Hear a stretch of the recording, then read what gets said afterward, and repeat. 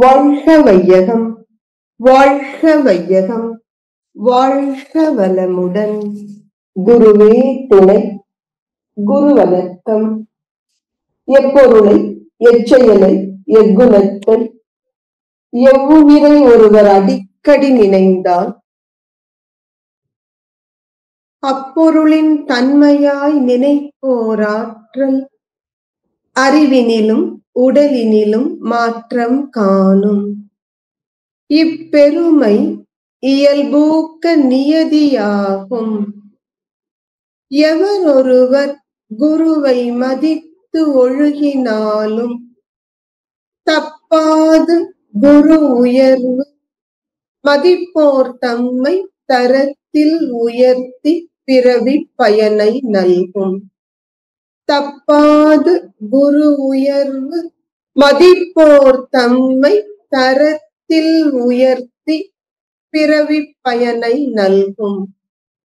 பிறவி பயனை நல்க வல்ல குருவின் திருவடிகளை வணங்கி மகிழ்வோம். எல்லாம் வல்ல எங்கும் நீக்கமர நிறைந்த பற்றாயிருப்பு பேராற்றல் பேரறிவு காலம் எனும் வளம் நான்கும் ஒன்றிணைந்த பெருவெளியாம் இறைநிலையை நம் மனம் மொழி மெய்களால் வணங்கி மகிழ்வோம். இந்த அற்புதமான வேதாத்திரியத்தில் பங்கு கொள்வதற்கும் ஆசான் அருட்தந்தை அவர்களை குருவாக பெறுவதற்கும் உரிய உயர்ந்த கருமையத்தை தந்த நம் அன்னையை தந்தையை மதிப்போடு மனதில் இருத்தி வணங்கிக் கொள்வோம். உலக சமுதாய சேவா சங்கத்தின் ஒப்பற்ற தலைவர், தலைமை பண்புகளின் இலக்கணமாக திகழ்பவர், தனது சீரிய நற்பண்புகளாலும் கூறிய மதிநுட்பத்தாலும் உலக சமுதாய சேவா சங்கத்தை திறம்பட வழிநடத்தி செல்வதால் சாதனை நாயகராய் வலம் வருபவர், சேவைக்கென்றே பத்மஸ்ரீ விருது பெற்றவர், சமீபத்தில் சதாபிஷேகம் கண்டவர், ஐக்கிய நாடுகள் சபையில் நம் உலக சமுதாய சேவா சங்கத்திற்கு ஆலோசகர் அந்தஸ்து பெற்று தந்தவர், அல்லும் பகலும் அயராது வேதாத்திரிய தொண்டு செய்பவர், நம் அனைவருக்கும் அழகியதொரு எடுத்துக்காட்டாக திகழும் உலக சமுதாய சேவா சங்க தலைவர் மதிப்பிற்குரிய பத்மஸ்ரீ அருள்நிதி SKM மயிலானந்தன் ஐயா அவர்களை வணங்கி மகிழ்கிறேன். எங்களுக்கெல்லாம் அளவற்ற ஊக்கமும் உற்சாகமும் தந்து எங்களை வழிநடத்தி கொண்டிருக்கும் எங்கள் சேலம் மண்டல தலைவரும் உலக சமுதாய சேவா சங்கத்தின் துணை தலைவரும் விரிவாக்க இயக்குனரும் முதுநிலை பேராசிரியருமான உழவன் மா தங்கவேலு அண்ணா அவர்களை வணங்கி மகிழ்கிறேன். இணைய வழியாக வேதாத்திரியத்தை ஒவ்வொரு இல்லத்திற்கும் சென்று சேர்த்து கொண்டிருக்கும் உலக சமுதாய சேவா சங்கத்தின் தொழில்நுட்ப இயக்குநரகத்தின் இயக்குனர் மதிப்பு மிக்க பேராசிரியர் கிருஷ் முரளி ஈஸ்வர் ஐயா அவர்களுக்கும், IT இணை இயக்குனர் டாக்டர் முதுநிலை பேராசிரியர் டாக்டர் சக்தி குமாரவேல் ஐயா அவர்களுக்கும், மற்றும் IT இயக்குநரகத்தில் பணியாற்றி கொண்டிருக்கும் அன்பு சகோதர சகோதரிகளுக்கும், இந்த ஆன்லைன் நிகழ்ச்சிகள் அனைத்தையும் ஒருங்கிணைத்து சிறப்பாக நடத்தி கொண்டிருக்கும் பேராசிரியர் பெருமக்கள் ஒவ்வொருவருக்கும் எனது பணிவான வணக்கங்களை தெரிவித்து மகிழ்கிறேன். குறிப்பாக இன்றைய நிகழ்வை தொகுத்து வழங்கி கொண்டிருக்கும் பேராசிரியர் நளினி அம்மா அவர்களுக்கும் எனது அன்பான வணக்கங்கள். தேடி சோறு நிதம் தின்று பல சின்னஞ்சிறு கதைகள் பேசி மனம் வாடி துன்ப மிக உழன்று பிறர் வாட பல செயல்கள் செய்து நரை கூடி கிழ பருவம் எய்தி கொடுங்கூற்றுக்கு இறையென பின் மாயும் பல வேடிக்கை மனிதரைப் போலே நான் வீழ்வேன் என்று நினைத்தாயோ என்று அன்னை பராசக்தியை நோக்கி கம்பீரமாக கர்ஜித்தவன் மகாகவி பாரதி. அந்த பாரதியின் வழி வந்ததால் அன்னமய கோஷத்தில் இருந்து ஆனந்தமய கோஷத்தை நாடி இந்த 11 மணி காலை நேரத்திலும் இணைய வழியாக இந்த சத்சங்கத்தில் இணைந்து கொண்டிருக்கும் அன்பு சகோதர சகோதரிகளான உங்கள் ஒவ்வொருவருக்கும் எனது அன்பு வணக்கங்களும் வாழ்க வளமுடன் என்ற இனிய நல்வாழ்த்துக்களும். வாழ்க வளமுடன். நாம இன்றைக்கு சிந்திக்க எடுத்துக்கொண்டிருக்கும் தலைப்பு, நான் மறைய கற்றவனே ஞானி. பொதுவாக நமக்கு என்ன தெரியும்? 4 மறைகள் தெரியும். ரிக், யஜுர், சாம, அதர்வன, வேதம். இந்த 4 மறைகளை கற்றவர்களைத்தான் நாம் ஞானி என்று சொல்வோம். ரொம்ப அழகான ஒரு கதை பகவான் ராமகிருஷ்ண பரமஹம்சர் சொல்வார். 4 மறைகள் கற்றதனாலேயே நான் மிக பெரியவன் என்கிற எண்ணம் பண்டிதர்கள் நடுவில் இருந்த காலம் அது. படிக்காத பாமரர்களை அலட்சியமாக பேசிய காலம். அவர்களுக்கு உண்மையை புரிய வைக்க வேண்டும். 4 மறைகள் கற்றவன் அல்ல ஞானி, உண்மையில் நான் என்கின்ற அந்த ஆணவம், அகங்காரம் மறைய கற்றவன் தான் ஞானி.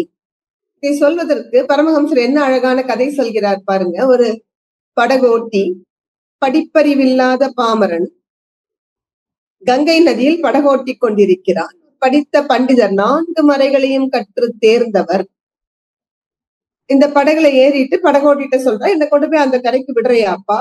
சரிங்க சாமி, விட்டுடுறேன். படித்தவர்களுக்கே எப்பொழுதும் தன்னுடைய படிப்பின் மீது ஒரு கர்வம் உண்டு. வித்யா கர்வம் என்றே அதற்கு பெயர்.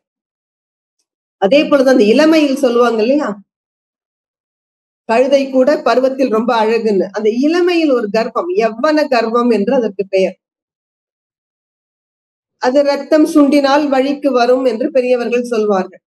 இப்ப இந்த படித்த பண்டிதருக்கு சும்மா இருக்க முடியல. படகுல உட்கார்ந்துட்டு படகோட்டிய பார்த்து கேட்டார், என்னப்பா நீ 4 வேதங்களையும் கற்றிருக்கிறாயா? உனக்கு இந்த ரிக் வேதம், யஜுர் வேதம், சாம வேதம், அதர்வன வேதம் பற்றி ஏதாவது தெரியுமா? படகோட்டி சொன்னா, சாமி எனக்கு அதெல்லாம் ஒண்ணும் தெரியாதுங்க. என்னது, வேதமே தெரியாதா உனக்கு? தெரியாது.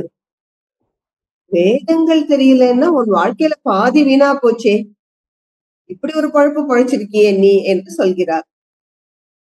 இந்த படகோட்டி ஒண்ணும் பெருசா கண்டுக்கல. கொஞ்ச தூரம் படகு நகர்கிறது. இந்த படித்த பண்டிதருக்கு மறுபடியும் சும்மா இருக்க முடியல. படகோட்டியை பார்த்து கேட்டார், சரி விடுப்பா, வேதம் தான் நீ படிக்கல, சத்திரங்களாவது தெரியுமா உனக்கு? உபநிடதங்கள் தெரியுமா? வழி நூல் தெரியுமான்னார். படகோட்டி சொன்னா, ஒன்னும் தெரியாது சாமி. அப்ப இவர் சொன்னார், போச்சா, உன்னோட வாழ்க்கையில 3/4 வீண் பண்ணிட்ட. படகோட்டி அதற்கும் பதில் சொல்லல. இன்னும் கொஞ்ச தூரம் படகு நகர்கிறது. இப்பொழுது திடீரென்று ஒரு பெரிய காற்று வீசுகிறது. இந்த படகு தத்தளிக்கிறது. இப்ப படகோட்டி பொறுமையாக பண்டிதரை பார்த்து கேட்டான், சாமி உங்களுக்கு நீச்சல் தெரியுமா? பண்டிதர் சொன்னார், நீச்சலா? அது கத்துக்க எனக்கு ஒன்னும் நேரமே இல்லையேப்பா, அவகாசமே இல்லையே. என் வாழ்நாள் முழுவதும் படிப்பதற்கே நான் செலவழித்து விட்டேன். இப்போ படகோட்டி சொன்னா, சாமி என்ன மன்னிச்சிருங்க, உங்க மொத்த வாழ்க்கையும் போச்சு. இது எதற்காக பகவான் ராமகிருஷ்ண பரமஹம்சர் சொல்வார் என்றால், வாழ்க்கையில் எது தேவையோ அதை கற்றுக்கொள்வதற்கு முக்கியத்துவம் கொடுக்காமல், நான் படித்தவன், எனக்கு PhD, எல்லாம் படிச்சீங்க, ஆனா ஒரு மகிழ்ச்சியாக வாழ கற்றுக்கொண்டிருக்கிறோமா? நம்ம மனசையும் மகிழ்ச்சியா வச்சுக்க தெரியல, நம்மோடு இருக்கிற மற்றவர்கள் மனதையும் மகிழ்ச்சியா வச்சுக்க தெரியல. எத்தனை PhD வாங்கியும் என்ன பயன்? அதனாலதான் இன்றைய தலைப்பு, நான் என்கின்ற இந்த ஆணவம் மறைய கற்றவர் தான் ஞானி. வேடிக்கையா இன்னொரு கதை கூட சொல்லுவாங்க. ஒரு நாட்டினுடைய அரசன், அவனுக்கு இந்த நான் என்கின்ற ஆணவத்தை எப்படியும் விட்டு தொலைக்கணும், ஞானம் பெற வேண்டும் என்கின்ற ஒரு ஆர்வம். மந்திரியை கூப்பிட்டான். என்ன பண்றதுன்னு கேட்கிறான். மந்திரி சொல்றார், நான் கவலை இல்ல அரசே, நம்ம நாட்டினுடைய எல்லையில் ஒரு குரு இருக்கிறார், அவர் முற்றும் உணர்ந்த மகான், அவர்கிட்ட போனா உங்களுக்கு ஞானம் கற்று தருவார். அரசனுக்கு ரொம்ப மகிழ்ச்சி. உடனே கிளம்புன்னு சொல்றாங்க. ரதம் சென்று நேராக அந்த குருவினுடைய குடில், ஒரு எளிமையான குடில், அந்த குடில் வாசல்ல நிற்கிறது. இப்ப அரசன் கம்பீரமாக இறங்கி போறான். உள்ள இருந்து யாரது என்று ஒரு குரல் வருது. மென்மையான ஒரு குரல். அந்த குருவினது குரல் என்று இவங்களுக்கு புரிகிறது. உடனே அரசன் சொல்லுவான் கம்பீரமா, நான் அரசன் வந்திருக்கிறேன்.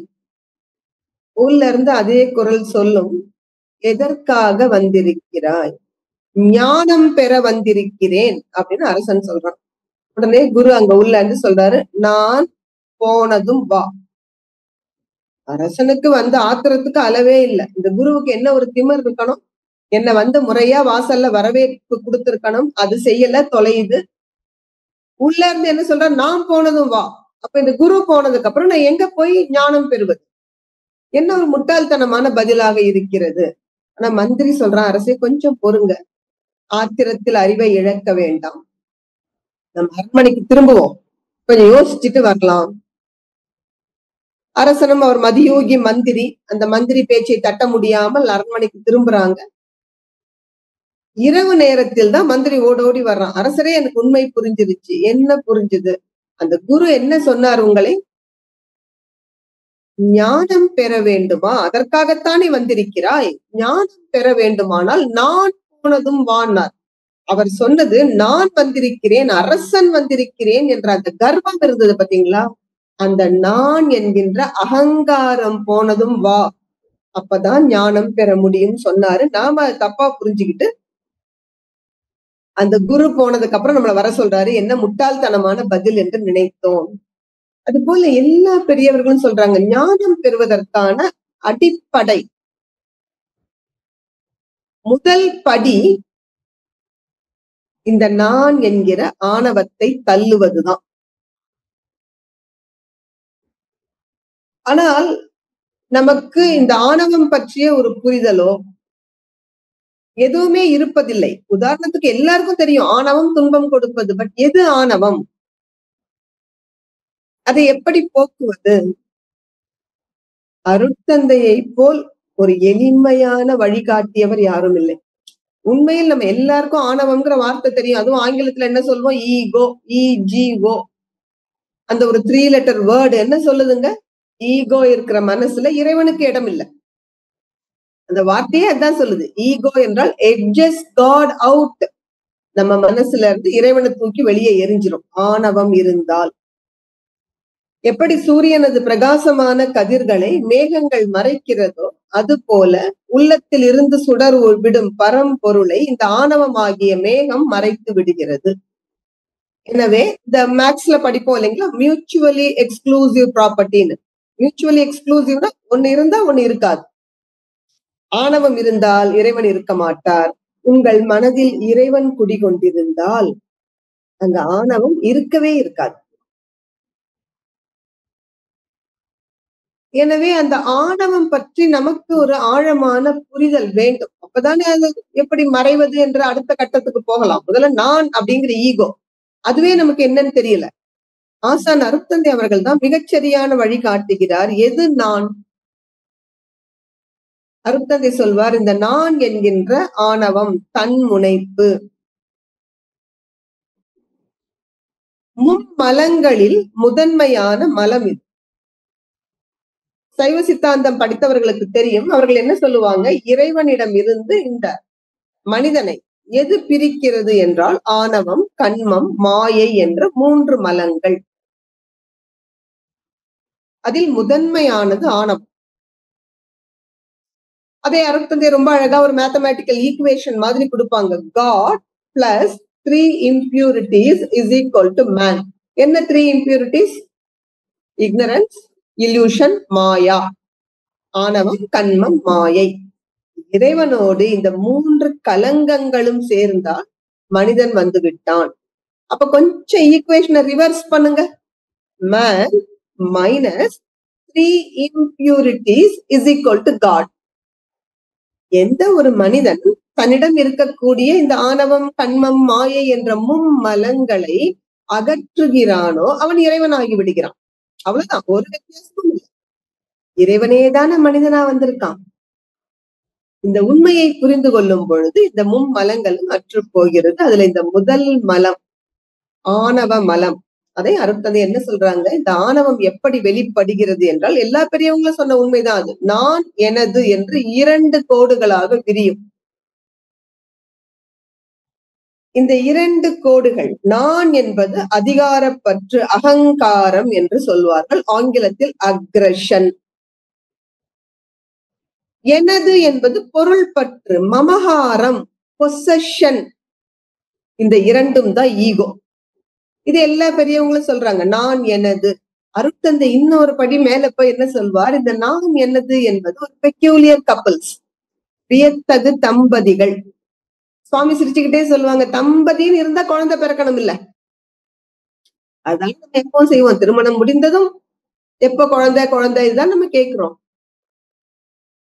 அப்ப அருட்தந்தை சொல்றாங்க, இந்த நான் எனது என்ற வேண்டாத இந்த வியத்தகு தம்பதிகளுக்கு, பெக்யூலியர் கப்பிள்ஸ்க்கு பிறந்த குழந்தைகள், வேண்டாத குழந்தைகள் 6 பேர். யார் அவங்க? காம, குரோத, லோப, மோக, மதம், ஆச்சரியம். அழகு தமிழ்ல அருட்தந்தை சொல்லுவாங்க, பேராசை, சினம், கடும் பற்று, முறையற்ற பால் கவர்ச்சி, உயர்வு தாழ்வு மனப்பான்மை, வஞ்சம். இந்த அருகுண வயப்பட்டு செயல் செய்யும் வரை மனித வாழ்வில் நிம்மதியே கிடையாது. 5 பெரும் பழிச்செயல்களது வேர், ரூட் காஸ் எங்க இருக்குன்னு பாத்தீங்கன்னா இந்த 6 குணங்கள் தான். அதனால இந்த 6 குணங்களை நாம் போக்கிக் கொள்வதற்கு அகத்தவம் தான் ஒரு சிறந்த முறை. அதனால அருட்தந்தை பாருங்க, அதாவது பெரியவங்க எல்லாம் என்ன படிச்சாங்கிறது 2வது. சுவாமி விவேகானந்தர்ட்ட ஒரு முறை கேட்பாங்க, விவேகானந்தர் அவருக்கு என்ன பெயருங்க? அவருக்கு என்சைக்ளோபீடியான்னு பேர். அப்படி ஒரு நடமாடும் பல்கலைக்கழகம். அவர் எதை கேட்டீங்கன்னாலும் அவர்கிட்ட பதில் இருக்கும். ஆனால் அவர் யாரை குருவாக ஏற்றுக்கொண்டிருக்கிறார் என்றால் பகவான் ராமகிருஷ்ண பரமஹம்சர். படிப்பறிவே இல்லாதவர்.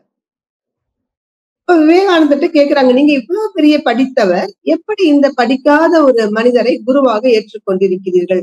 அப்ப விவேகானந்தர் சொல்வாரு, படிச்ச நாமெல்லாம் என்ன பண்ணிட்டு இருக்கோம், எல்லா படித்த பண்டிதர்களது கொட்டேஷன் எல்லாம் மனப்பாடம் பண்ணிட்டு இந்த மாதிரி ஒரு உரை பேச சொன்னா, இது பகவான் ராமகிருஷ்ண பரமஹம்சர் சொன்னது, இது சுவாமி விவேகானந்தர் சொன்னது, இது தாமஸ் ஆல்வா எடிசன் சொன்னது, இது ஆல்பர்ட் ஐன்ஸ்டைன் சொன்னது என்று மேற்கோள்கள் காட்டிக் கொண்டிருப்போம். ஆனால் என் குருநாதர் சொல்வதெல்லாம் மேற்கோள். அவர் வாயை திறந்து என்ன பேசினாலும் அது பொன்மொழி. அதனாலதான் குரு ஸ்தானத்துல இருக்கார். அர்த்தத்தை ரொம்ப அழகா சொல்லுவாங்க, அறிவாளிகள் மதிக்கப்பட வேண்டியவர்கள், ஆனால் ஞானிகளோ துதிக்கப்பட வேண்டியவர்கள். குருன்னா சரண்டர் ஆகணும். நம்ம குரு என்ன படிச்சார்? வெறும் 3ஆம் கிளாஸ். ஆனால் எத்தனை PhD இன்னைக்கு குருவினுடைய தத்துவத்தில் வந்து கொண்டிருக்கிறது. என்ன காரணம்? அர்த்தத்தையே அழகா சொல்லுவாங்க, ஏட்டினில் கை என்ன மகண்டாகாரம், இயற்கை ரகசியம் மலர்ந்து எழுத்தாய் மாறும். அவங்க யோசிச்சு எழுதுறது இல்லை. இப்ப என்கிட்ட ஒரு உரை பேசுன்னு சொன்னா நான் மைண்ட்ல ப்ரிப்பேர் பண்றேன். அவர்கள் அப்படி பண்றது இல்லை. பேசுன்னு சொன்னதும் direct connection to the supreme almighty the God, அங்க தொடர்பு ஏற்படுத்திக்கிறாங்க. அங்க இருந்து வாங்கி நமக்கு கொடுக்கிறார்கள். மனித குலத்திற்கு என்ன தேவையோ அதை கொடுக்கிறார்கள். அவர்கள் எல்லாம் தான் வழிபாட்டுக்குரியவர்கள், வணங்குதலுக்குரியவர்கள். அந்த வகையில் உண்மையில் நாம் செய்த ஒரு தவ பயன்தான் ஆசான் அருட்தந்தை அவர்களை நாம் குருவாக பெற்றிருக்கிறோம். அருட்தந்தை இந்த நான் என்கின்ற ஆணவத்தை என்ன அழகா சொல்றார் பாருங்க. அது தான் தனது என்று 2ஆக விரிகிறது. எப்போ விரியும்? உண்மை நிலை மறந்த பொழுது. அதனாலதான் ஆங்கிலத்துல அந்த ஈகோவை எக்ஸ்பேண்ட் பண்றப்போ இக்னரன்ஸ் ஆஃப் ட்ரூத் அப்படிதான் சொல்லுவாங்க. ஆணவம் எப்ப வருதுன்னா உண்மை தெரியாத பொழுது. எது உண்மை? இப்ப உதாரணமா நான் பெரியவன் அப்படின்னு சொல்றோம்னு வைங்க. அருட்தந்தை சொல்வார், இது தப்பே இல்லை. ஏன்னா உண்மையில நான் பெரியவன் தானே. உண்மையில நான்கிறது யாரு? எல்லாம் வல்ல இறைநிலைதான். அசைவில் அணுவாகி அணுக்கள் கூட்டிலே அண்டங்கள் நட்சத்திரங்கள் கோள்கள் ஆகி அதில் ஒன்றான நம் பூமி பந்தில் 1 அறிவு முதல் 6 அறிவு மனிதன் வரை வந்திருக்கிறது. It's a continuous chain. சுத்த வெளி என்ற இறைநிலையில் இருந்து மனிதன் வரை ஒரு தொடர் சங்கிலி. அது அதுல எங்கேயுமே அறுபட்டு போகல, எங்கேயும் விடுபட்டு போகல. அப்ப நான் யார் என்றால் இறைவனேதான் நான். இது தெரிஞ்சா ஒரு பிரச்சனையும் இல்ல. அப்ப நான் பெரியவன் தானே, ஏன்னா இறைவன் பெரியவன் தானே. ஆனா எங்க பிரச்சனை வருதுன்னா, நான் மட்டும்தான் பெரியவன் நினைக்கிறேன் பாருங்க. ஏதோ ஒரு சில விஷயங்களை வைத்துக் கொண்டு நான் டபுள் PhD, நான் பெரிய படித்த மேதாவி, அல்லது இத்தனை கோடி சொத்துக்கு அதிபதி, நான் பணத்துல பெரியவன், அல்லது நான் ரொம்ப உலக பேரழகு, அழகுல பெரியவன், இப்படி பணத்தில், படிப்பில், பதவியில் எதிலெல்லாம் பெரியவன் பெரியவன் என்று நினைக்கிறோமோ அதுதான் ஆணவம். நான் மட்டும் பெரியவன் நினைக்கிறப்பதான் பிரச்சனை. எல்லோரும் பெரியவர்கள்ங்கிற எண்ணம் எப்ப வரும்? உண்மை நிலை புரிகிற பொழுது நான் மட்டுமா இறைவனை எடுத்து காட்டிக் கொண்டிருக்கும் திருவுருவம்? என் கூட இருக்கிறாரே என்னுடைய வாழ்க்கை துணைவர், அதே இறைவன் தான் எனக்கு வாழ்க்கை துணைவராக, இன்னும் என் குழந்தைகளாக, என் உடன் பிறந்தவர்களாக, நான் பழகுகிற நண்பர்களாக, அனைத்துமாக இருப்பவன் அந்த இறைவன் தானே. இது புரியுமானால் யாரை வெறுக்கப் போகிறோம், யாரை பகைக்கப் போகிறோம், யார் மீது சினம் கொள்ளப் போகிறோம்? அதுதான் அருட்தந்தை சொன்னாங்க. இந்த உண்மை நிலை மறந்ததுனால இறைவனேதான் அனைத்து தோற்றங்களாகவும் இருக்கிறான், பார்க்கும் இடம் எங்கும் ஒரு நீக்கமர நிறைகின்ற பரிபூரண ஆனந்தமே என்று தாயுமானவர் சுவாமிகள் சொன்னார் அல்லவா. இந்த இறைநிலையை, உண்மை உணர்வை மறந்த பொழுது நம்முடைய உணர்வு தன்முனைப்பாகிறது. தன்முனைப்பு வந்ததுமே அது என்னவாகிறது? தான் தனது. ஒரு சில நபர்கள் மட்டும்தான் எனக்கு உரியவர்கள், அல்லது ஒரு சில பொருட்கள் மட்டும்தான் எனக்கு உரியது. என் வீடு, என்னுடைய கார், என்னுடைய தோட்டம். இதில் அறிவு எல்லை கட்டி குறுகி நிற்கிற பொழுது மண்ணை, பொன்னை, பணம், நிலம், தோப்பு, துறவு இது எல்லாத்தையும் மாறி மாறி நினைச்சு என்னுடைய வாழ்க்கையின் நோக்கமே கெட்டு போச்சு. ஒரு ஆழ்வார் தான் பாடுவார், பெற்றேன் பல்பிறவி பிறர்க்கே உழைத்து ஏழை ஆனேன். அப்படி ஒரு ஏழை ஆகிறோம்.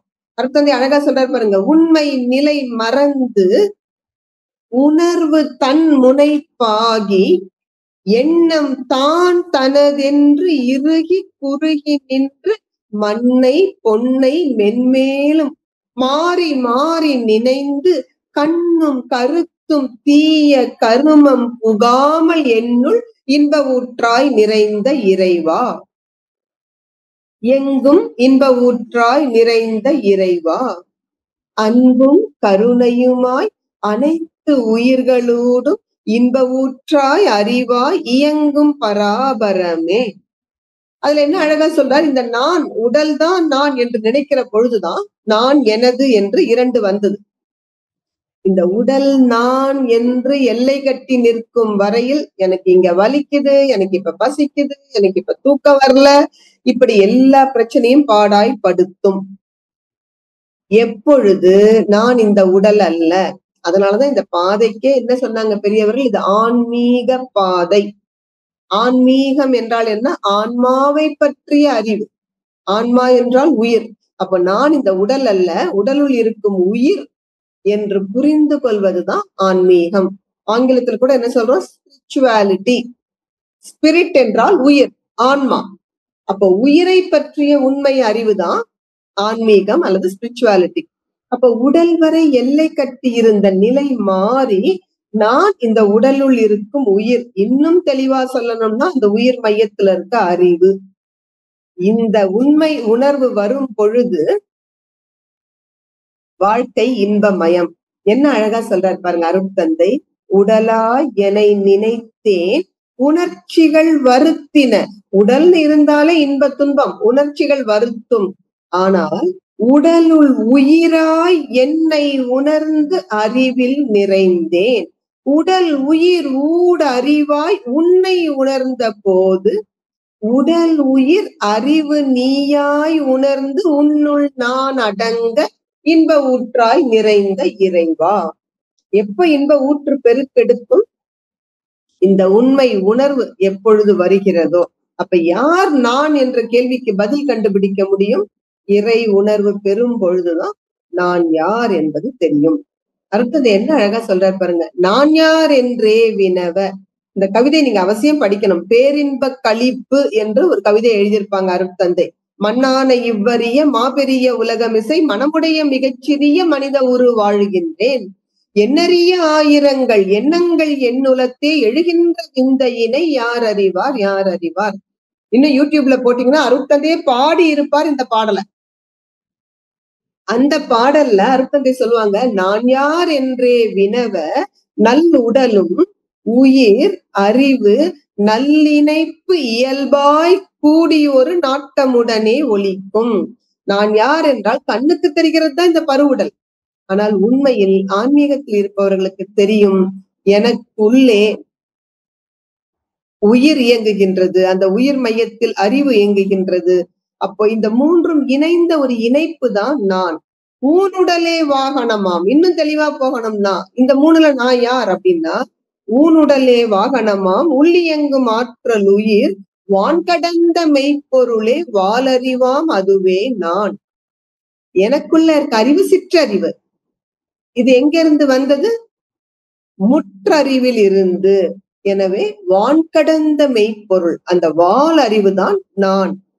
அடுத்து சொல்றார் பாருங்க, என்னுள் அவனை வைத்தேன் ஏற்றி வந்தேன் போற்றி வந்தேன் என்னை அவனுள் இணைத்தான் இறைவனாகி பாடுகின்றேன் உன்னுள்ளும் இவ்வுண்மை உணர்ந்து கடை தேறுதற்கு உலக மக்கள் அனைவரையும் ஒருங்கிணைத்து பாடுகின்றேன்.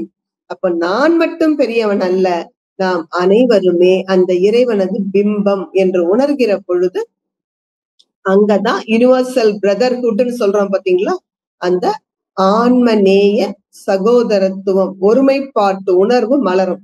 அதைத்தான் வள்ளல் பெருமான் சொல்வார், எத்துணையும் பேதமுறாது எவ்வுயிரும் தம்முயிர் போல் எண்ணி உள்ளே ஒத்துரிமை உடையவராய் உவக்கின்றார் யாவர் அவர் உளம்தான் சுத்த சித்துருவாய் எம்பெருமான் திருநடம் புரியும் இடமென நான் தேர்ந்தேன் அந்த வித்தகர்தம் அடிக்கு ஏவல் புரிந்திட என் சிந்தை மிக விழைந்ததாலே.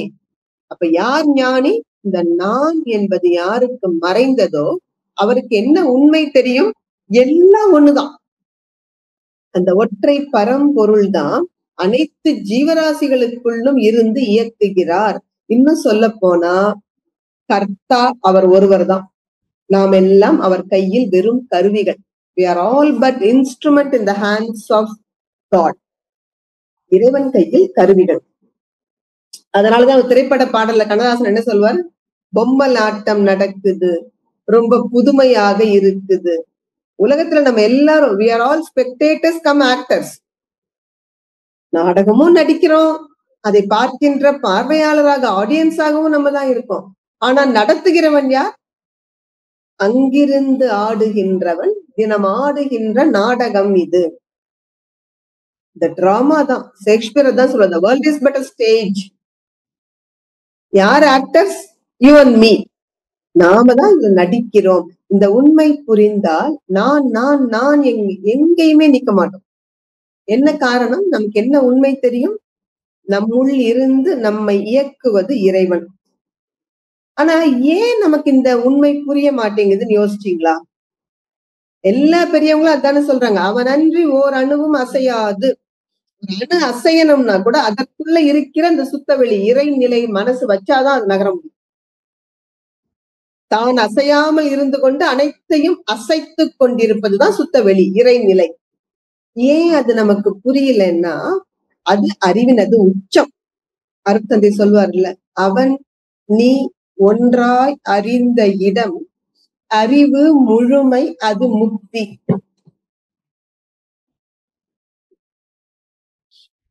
இறைவனேதான் நான் என்று தெரிவதுதான் அறிவின் உச்சகட்ட வளர்ச்சி.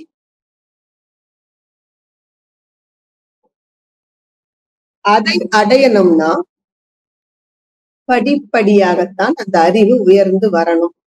ஆரம்பத்தில் மனிதர்களது அறிவு எங்க நிக்குது பாருங்க. அருட்தந்தை அதை ரொம்ப அழகா சொல்வார், எக்கனாமிக்ஸ் அண்ட் பாலிடிக்ஸ். அறிவு விரிந்தது மனிதர்களிடம் முதல்ல பொருளாதாரம், அரசியல். இதுதான் ஆரம்ப கட்ட வளர்ச்சி. ஏன் பொருளாதாரம்? நீங்க யோசிச்சு பாருங்க, மனிதர்கள் எங்க இருந்து வந்தோம்? விலங்கின பதிவுல இருந்து வந்தோம். அப்ப முதல்ல வந்த மனிதனுக்கு என்ன தோன்றியது? பசி உணர்வு. பசிக்கு சாப்பாடு வேணும். கிட்டத்தட்ட ஆதி மனிதன் வாழ்க்கை மிருக வாழ்க்கை தான். அடிச்சு சாப்பிடுறது, இன்னொரு உயிரை உணவாக சாப்பிடுவது, அந்த பதிவுகள் தான் இன்னும் நம்ம கிட்ட நிறைய பேர்கிட்ட இருக்கு. அதன் பிறகு மெல்ல மெல்ல விவசாயம் தான் முதலான விஞ்ஞானம். அவனுக்கு என்ன புரிகிறது என்றால், ஒரு கிழங்கோ ஒண்ணு கடிச்சு சாப்பிடுறான், ருசியா இருக்கு. ஒரு பழத்தை சாப்பிட்டான், கொட்டையை தூக்கி போட்டான்னா, திடீரென்று பார்த்தால் அந்த கொட்டை விழுந்த இடத்துல முளைச்சு வருது. அவனுக்கு அது வியப்பை தந்தது. அதையே கண்ணும் கருத்துமாக கண்காணிக்கணும்னா ஒரு இடத்துல இருக்க வேண்டி வந்தது. அப்படித்தான் ஓடிக்கொண்டே இருந்த நாடோடி கூட்டமாக இருந்த மனித இனம் ஒரு இடத்துல இருந்தது. என்ன காரணம்? விவசாயம் செய்வதற்காக. இவன் விதைச்சு பார்த்தான், அது ஒண்ணும் முளைக்கல. நாட்கள் ஆனது, வாரங்கள் கடந்தன, ஒண்ணும் முளைக்கிற மாதிரி தெரியல. இவன் சோர்ந்து போய் இடத்த காலி பண்ணலாம்னு நினைக்கிற பொழுது திடீரென்று ஒரு மழை வந்தது. மழைக்கு பிறகு இவன் விதைத்த விதை துளிர் விட்டது. அப்ப இவனுக்கு என்ன உண்மை புரிந்தது? விதை மட்டும் இருந்தா பத்தாது, மழை வேண்டும். அதே போல சூரிய வெப்பம் வேண்டும் இந்த செடி வளர்வதற்கு. இப்படி ஆரம்ப கட்டத்தில் வந்தது இந்த உணவு உற்பத்தி, வேளாண் துறை.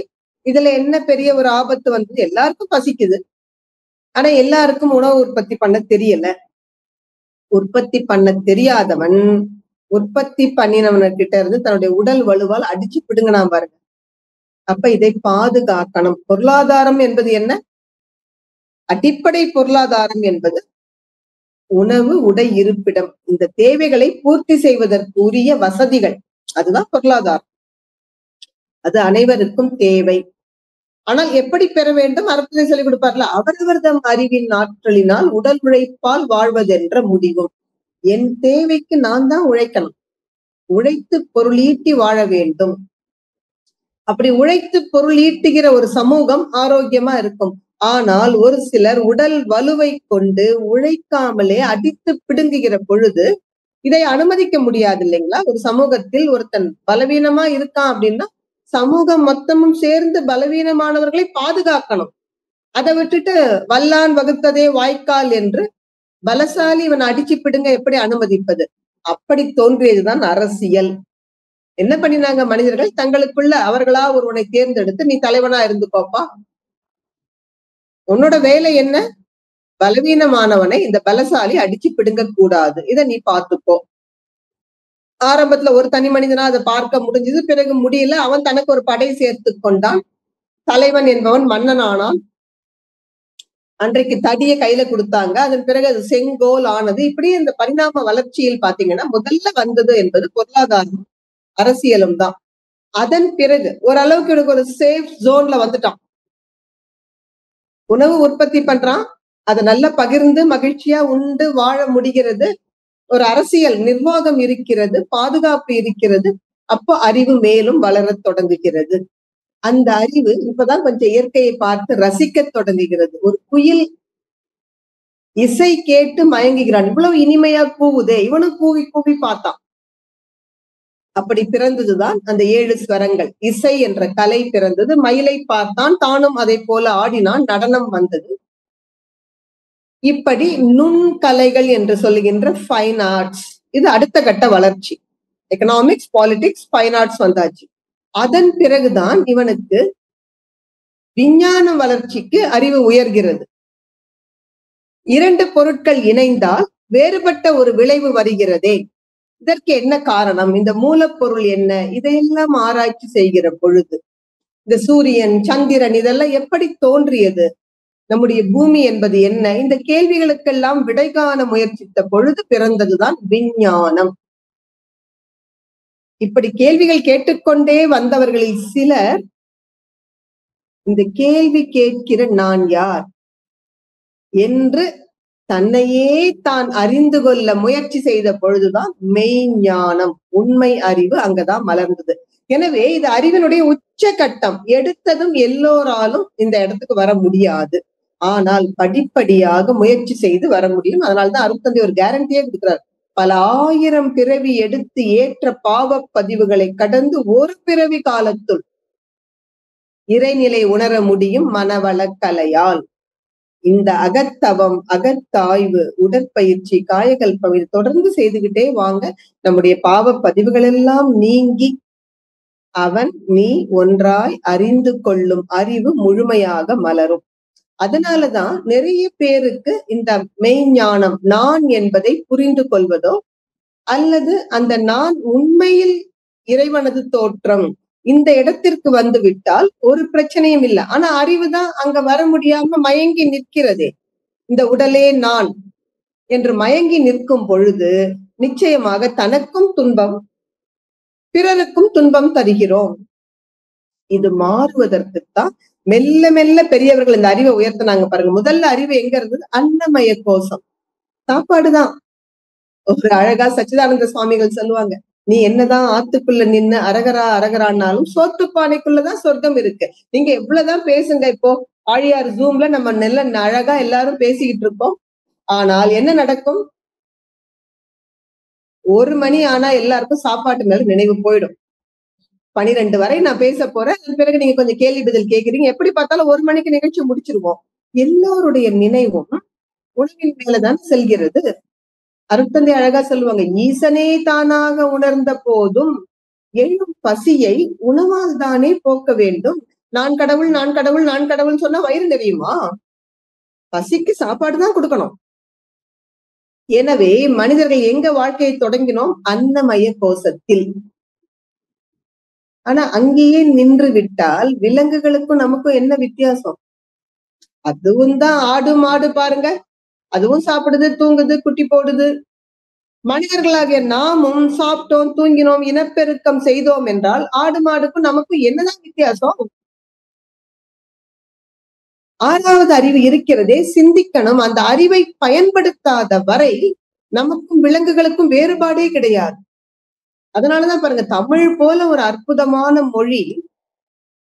தமிழ் என்ன செய்தோம்? நம்ம விலங்குகள் வரை அக்ரிணை என்று சொன்னோம். மனிதன் உயர்த்திணை, உயர்ந்த அறிவை கொண்டவன். அக்ரிணைக்கு என்ன விகுதி கொடுப்பாங்க? ஆடு வந்தது, மாடு நடந்தது. ஆனா மனிதனை பார்த்து அவன் வந்தது, அவள் பேசியது அப்படியா சொல்லுவோம்? அவன் வந்தான், அவள் பேசினாள், அவர்கள் சிரித்தார்கள். இது என்ன சொல்றோம்? உயர்த்திணை விகுதி. இப்படி சொல்லி கொடுத்த தமிழ் ஒரு குழந்தைய என்ன சொல்லுதுங்க? குழந்தை அழுதது, குழந்தை சிரித்தது, குழந்தை பேசியது. என்ன காரணம்? ஞானியே ஆனாலும் ஆரம்ப காலத்தில் அன்னமய கோஷத்துலதான் வாழ்க்கையை தொடங்குகிறோம். வேறுபாடே கிடையாது. அருட்தந்தை ஆனாலும் சரி, நீங்களானாலும் நானானாலும் வாழ்க்கையின் துவக்கம் அன்னமய கோஷம். ஆனா என்ன, அவர்கள் எல்லாம் இந்த ஒரு பிறவியிலேயே அன்னமயத்திலிருந்து மனோமய கோஷம் வந்து, பிராணமய கோஷம் வந்து, விஞ்ஞானமய கோஷத்தை கடந்து ஆனந்தமய கோஷத்துக்கு போயிட்டாங்க. நாம இங்கேயே ஸ்ட்ரகிள் பண்றோம் அன்னமய கோஷத்தில். ஏன் அன்னமய கோஷம் என்பது இந்த புலன்கள் வழி வாழுகின்ற வாழ்க்கை. அதனாலதான் என்ன சொல்றாங்க, மக்களாக இருக்கணும்னா 6வது அறிவை பயன்படுத்தணும். இல்லைன்னா மாக்கள் என்று சொல்வார்கள். மாக்கள்னா விலங்குகள்.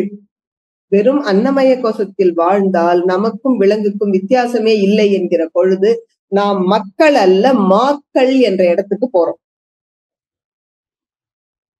எனவேதான் இந்த குழந்தை அழுதது என்று சொல்வதனுடைய அர்த்தம், எந்த குழந்தையும் நல்ல குழந்தைதான் மண்ணில் பிறக்கையிலே அவன் நல்லவனாவதும் தீயவனாவதும் அன்னை வளர்ப்பினிலே என்று இறைவனேதான் குழந்தையாக பிறந்திருக்கிறார். ஆனால் நல்ல பண்பு நலன்களோடு வளரணும்னா பெரியவர்கள் கையில தான் இருக்கு. அதனாலதான் அருட்தந்தை உலக சமாதானத்தை என்ன சொல்லுவார்? குழந்தைகளை அறிஞர்கள் கண்காணிப்பில் வளர்த்த வேண்டும். அப்பதான் உலக சமாதானம் மலரும். இல்லை என்றால் பெற்றோர்கள் வளர்க்கிற பொழுது என்னவாகும்? இந்த பெற்றோர்களுடைய அதே ஜாதி, மதம், இனம், மொழி இதன் அடிப்படையில் மனிதர்கள் ஒருவரை ஒருவர் பிரித்துக் கொள்வோம். எனவே இந்த நான் என்கின்ற ஒரு உன்னதமான சொல்லிற்கு அர்த்தம் தெரிய வேண்டுமானால் நாம் மெல்ல கொஞ்சம் அன்னமய கோஷத்துடன் விடுபட்டு உயரணும். அன்னமய கோஷத்துல இருந்து ஒரே ஜம்ப்ல எல்லாம் ஆனந்தமய கோஷத்துக்கு வரவே முடியாது. மெல்ல மெல்ல அடுத்தது மனோமய கோஷத்துக்குத்தான் வருகிறோம். இன்ப துன்ப உணர்வுகள், திரும்ப அதை நினைத்து பார்ப்பது. ஏன் கண்ணை மூடி தவம் செய்ய உட்கார்ந்தா 1000 சிந்தனைகள் வருது? மனதிற்கு அப்பொழுதுதான் வாய்ப்பு கிடைக்கிறது தன்னிடம் இருப்பதை வெளிப்படுத்துவதற்கு. ஏன்னா நாம வேலை செய்துகிட்டே இருக்கோம், ஒன்று மாற்றி ஒன்று வேலையில் நம்ம ஈடுபடுத்திக் கொள்கிற பொழுது மனதுக்குள்ள பதிந்த பதிவுகளை அது வெளிக்காட்ட முடியல. ஆனா தியானத்துல ஒரு வேலையும் இல்ல, கண்ணை மூடி உட்கார்ந்து இருக்கீங்க, மனச உயிர் மேல நிறுத்துறதுக்கு முயற்சி செய்கிற பொழுது அந்த மனதில் பதிந்த பதிவுகள் எல்லாம் வெளிவருகிறது. அதுதான் மனோமய கோஷம். இன்பத்திற்கும் அது காரணம், துன்பத்திற்கும் அது காரணம். ஏன்னா உங்களால என்ன பண்ண முடியும்? உட்கார்ந்த இடத்துல நீங்க நினைக்க முடியும், ஆஹா அருட்தந்தையோடு நாம் வாழ்ந்த அந்த நாட்கள் பெரிய பாக்கியம் நமக்கு கிடைச்சது, ஒரு குருவின் கைகளை பிடித்து கொண்டு நடப்பதற்கு. நினைக்கும் பொழுதே அந்த ஆனந்த அலை நம்மை மூழ்கடிக்கிறது. இது மனோமய கோஷம் தான். ஆனந்தம் என்றாலும் மனம்தான். இதே மனம் இன்னொரு தருணத்தில் என்ன நினைக்கிறது? நல்ல ஃப்ரெண்டு தான், என்னமோ தெரியல, நேத்து நான் போயிருந்தேன், நேத்துன்னா கூட பரவாயில்ல, 10 வருஷத்துக்கு முன்னாடி எல்லாம் நம்ம ஞாபகம் வச்சிருப்போம். கணவர்கிட்ட அதுவும் சண்டை போடுறப்போ வேகமா என்ன சொல்றோம்? 10 வருஷத்துக்கு முன்னாடி உங்க அக்கா அந்த கல்யாணத்துல வச்சு என்ன அவமானப்படுத்தினாங்க. இதுவும் மனம்தான். துன்பத்திற்கு காரணமான அந்த எண்ண அலைகளை எழுப்புகிறது. அப்ப மனம் என்றாலே இரட்டை தான், இன்பம் துன்பம், உயர்வு தாழ்வு, நன்மை தீமை. இதையும் கடந்து வருகிற பொழுதுதான் பிராணமய கோஷம். மனம் என்பது எங்கே இருந்து எழுகிறது? உயிரின் படற்கை நிலைதான் மனம். இதை அருட்தந்தையை போல் இவ்வளவு தெளிவாக சொன்னவர்கள் யாரும் இல்லை. வேடிக்கையாக சொல்வாங்க, ஒரு சைக்கியாட்ரிஸ்ட் கிட்ட தான் போறோம் மனநலத்தில் பாதிப்பு என்றால். அவர் என்ன சொல்றாரு? வாட் இஸ் மைண்ட் என்று போய் ஒரு சைக்கியாட்ரிஸ்ட் கிட்ட கேட்டா நெவர் மைண்ட் அப்படிங்கிறார். என்ன பிரயோஜனம்?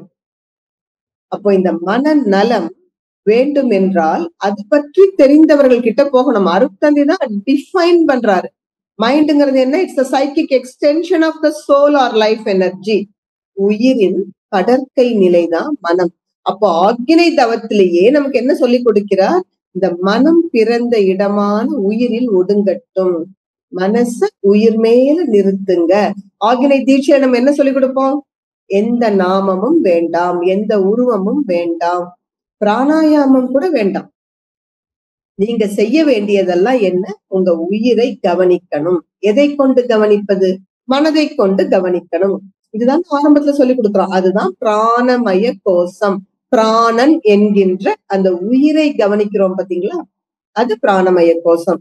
இந்த உயிரை கவனிக்க கவனிக்கதான் மனதின் அலைச்சுழல் குறைந்து குறைந்து குறைந்து வரும். இதுவரை இந்த பீட்டா ஃப்ரீக்வன்சில 14ல இருந்து 40 வரையில இயங்கிக் கொண்டிருந்த இந்த மனம் அமைதி அலைக்கு வருகிறது ஆகினையில். அப்படி அமைதிக்கு வரும் பொழுதுதான் இயற்கை ரகசியங்களை புரிந்து கொள்ளும் ஆர்வம் பிறக்கிறது. அந்த மனம்தான் பிராணமய கோஷத்திலிருந்து விஞ்ஞானமய கோஷமாக, இந்த பிரபஞ்சம் என்றால் என்ன, பிரபஞ்சத்தில் நாம் காணும் தோற்றங்களுக்கெல்லாம் எது மூலம், இந்த சிந்தனை ஆற்றல் விஞ்ஞானமய கோஷமாக மலர்ந்து அந்த இடத்தில் தான் இத்தனை தோற்றங்கள் இருக்கிறது. இதற்கெல்லாம் எது மூலம்?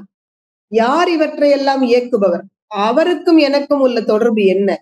இப்படி விரிந்த அந்த அறிவு ஒடுங்கி ஒடுங்கி ஒடுங்கி இறைவனே நான் என்று உணர்ந்து கொள்ளும் இடத்தில்தான் அந்த ஆணவம் மறைகிறது. அந்த இடம்தான் முழுமையான ஞானம். இந்த தன்முனைப்பு நீங்குவதற்குத்தான் நாம் மனித பிறவி எடுத்தோம். அதிலும் ஆசான் அருட்தந்தை அவர்களின் சீடர்களான நாம் நிச்சயமாக இந்த தன்முனைப்புக்கு இடமே கொடுக்க கூடாது. ஏன்னா அருட்தந்தை ரொம்ப அழகா நம்ம ஒரு கையை பிடிச்சு குழந்தைய கூட்டிட்டு போற மாதிரி கூட்டிட்டு போறார்.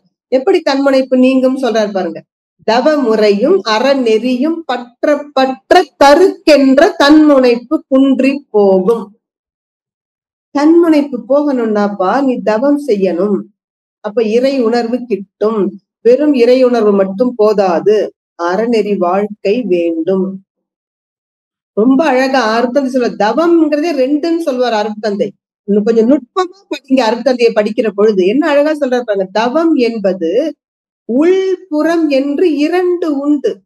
அருட்தந்தையை நுட்பமா படித்தா நீங்க வேற எதையுமே படிக்க வேண்டாம்.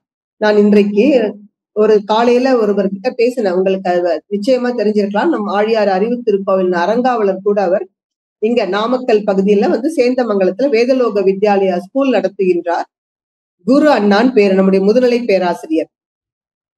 அவருக்கு சமீபத்தில் தாய்லாந்து கேபிட்டல் பாங்காக்ல த வேர்ல்ட் ஸ்கூல் சம்மிட், அதுல அவங்க ஸ்கூல் வேதலோக, அருட்தந்தையோட பேர் பாருங்க, வேதாத்ரி மகரிஷி, அன்னை லோகாம்பாள் இரண்டையும் இணைத்து வேதலோக வித்யாலயா யூனிவர்சல் ஸ்கூல்னு வச்சிருக்காரு.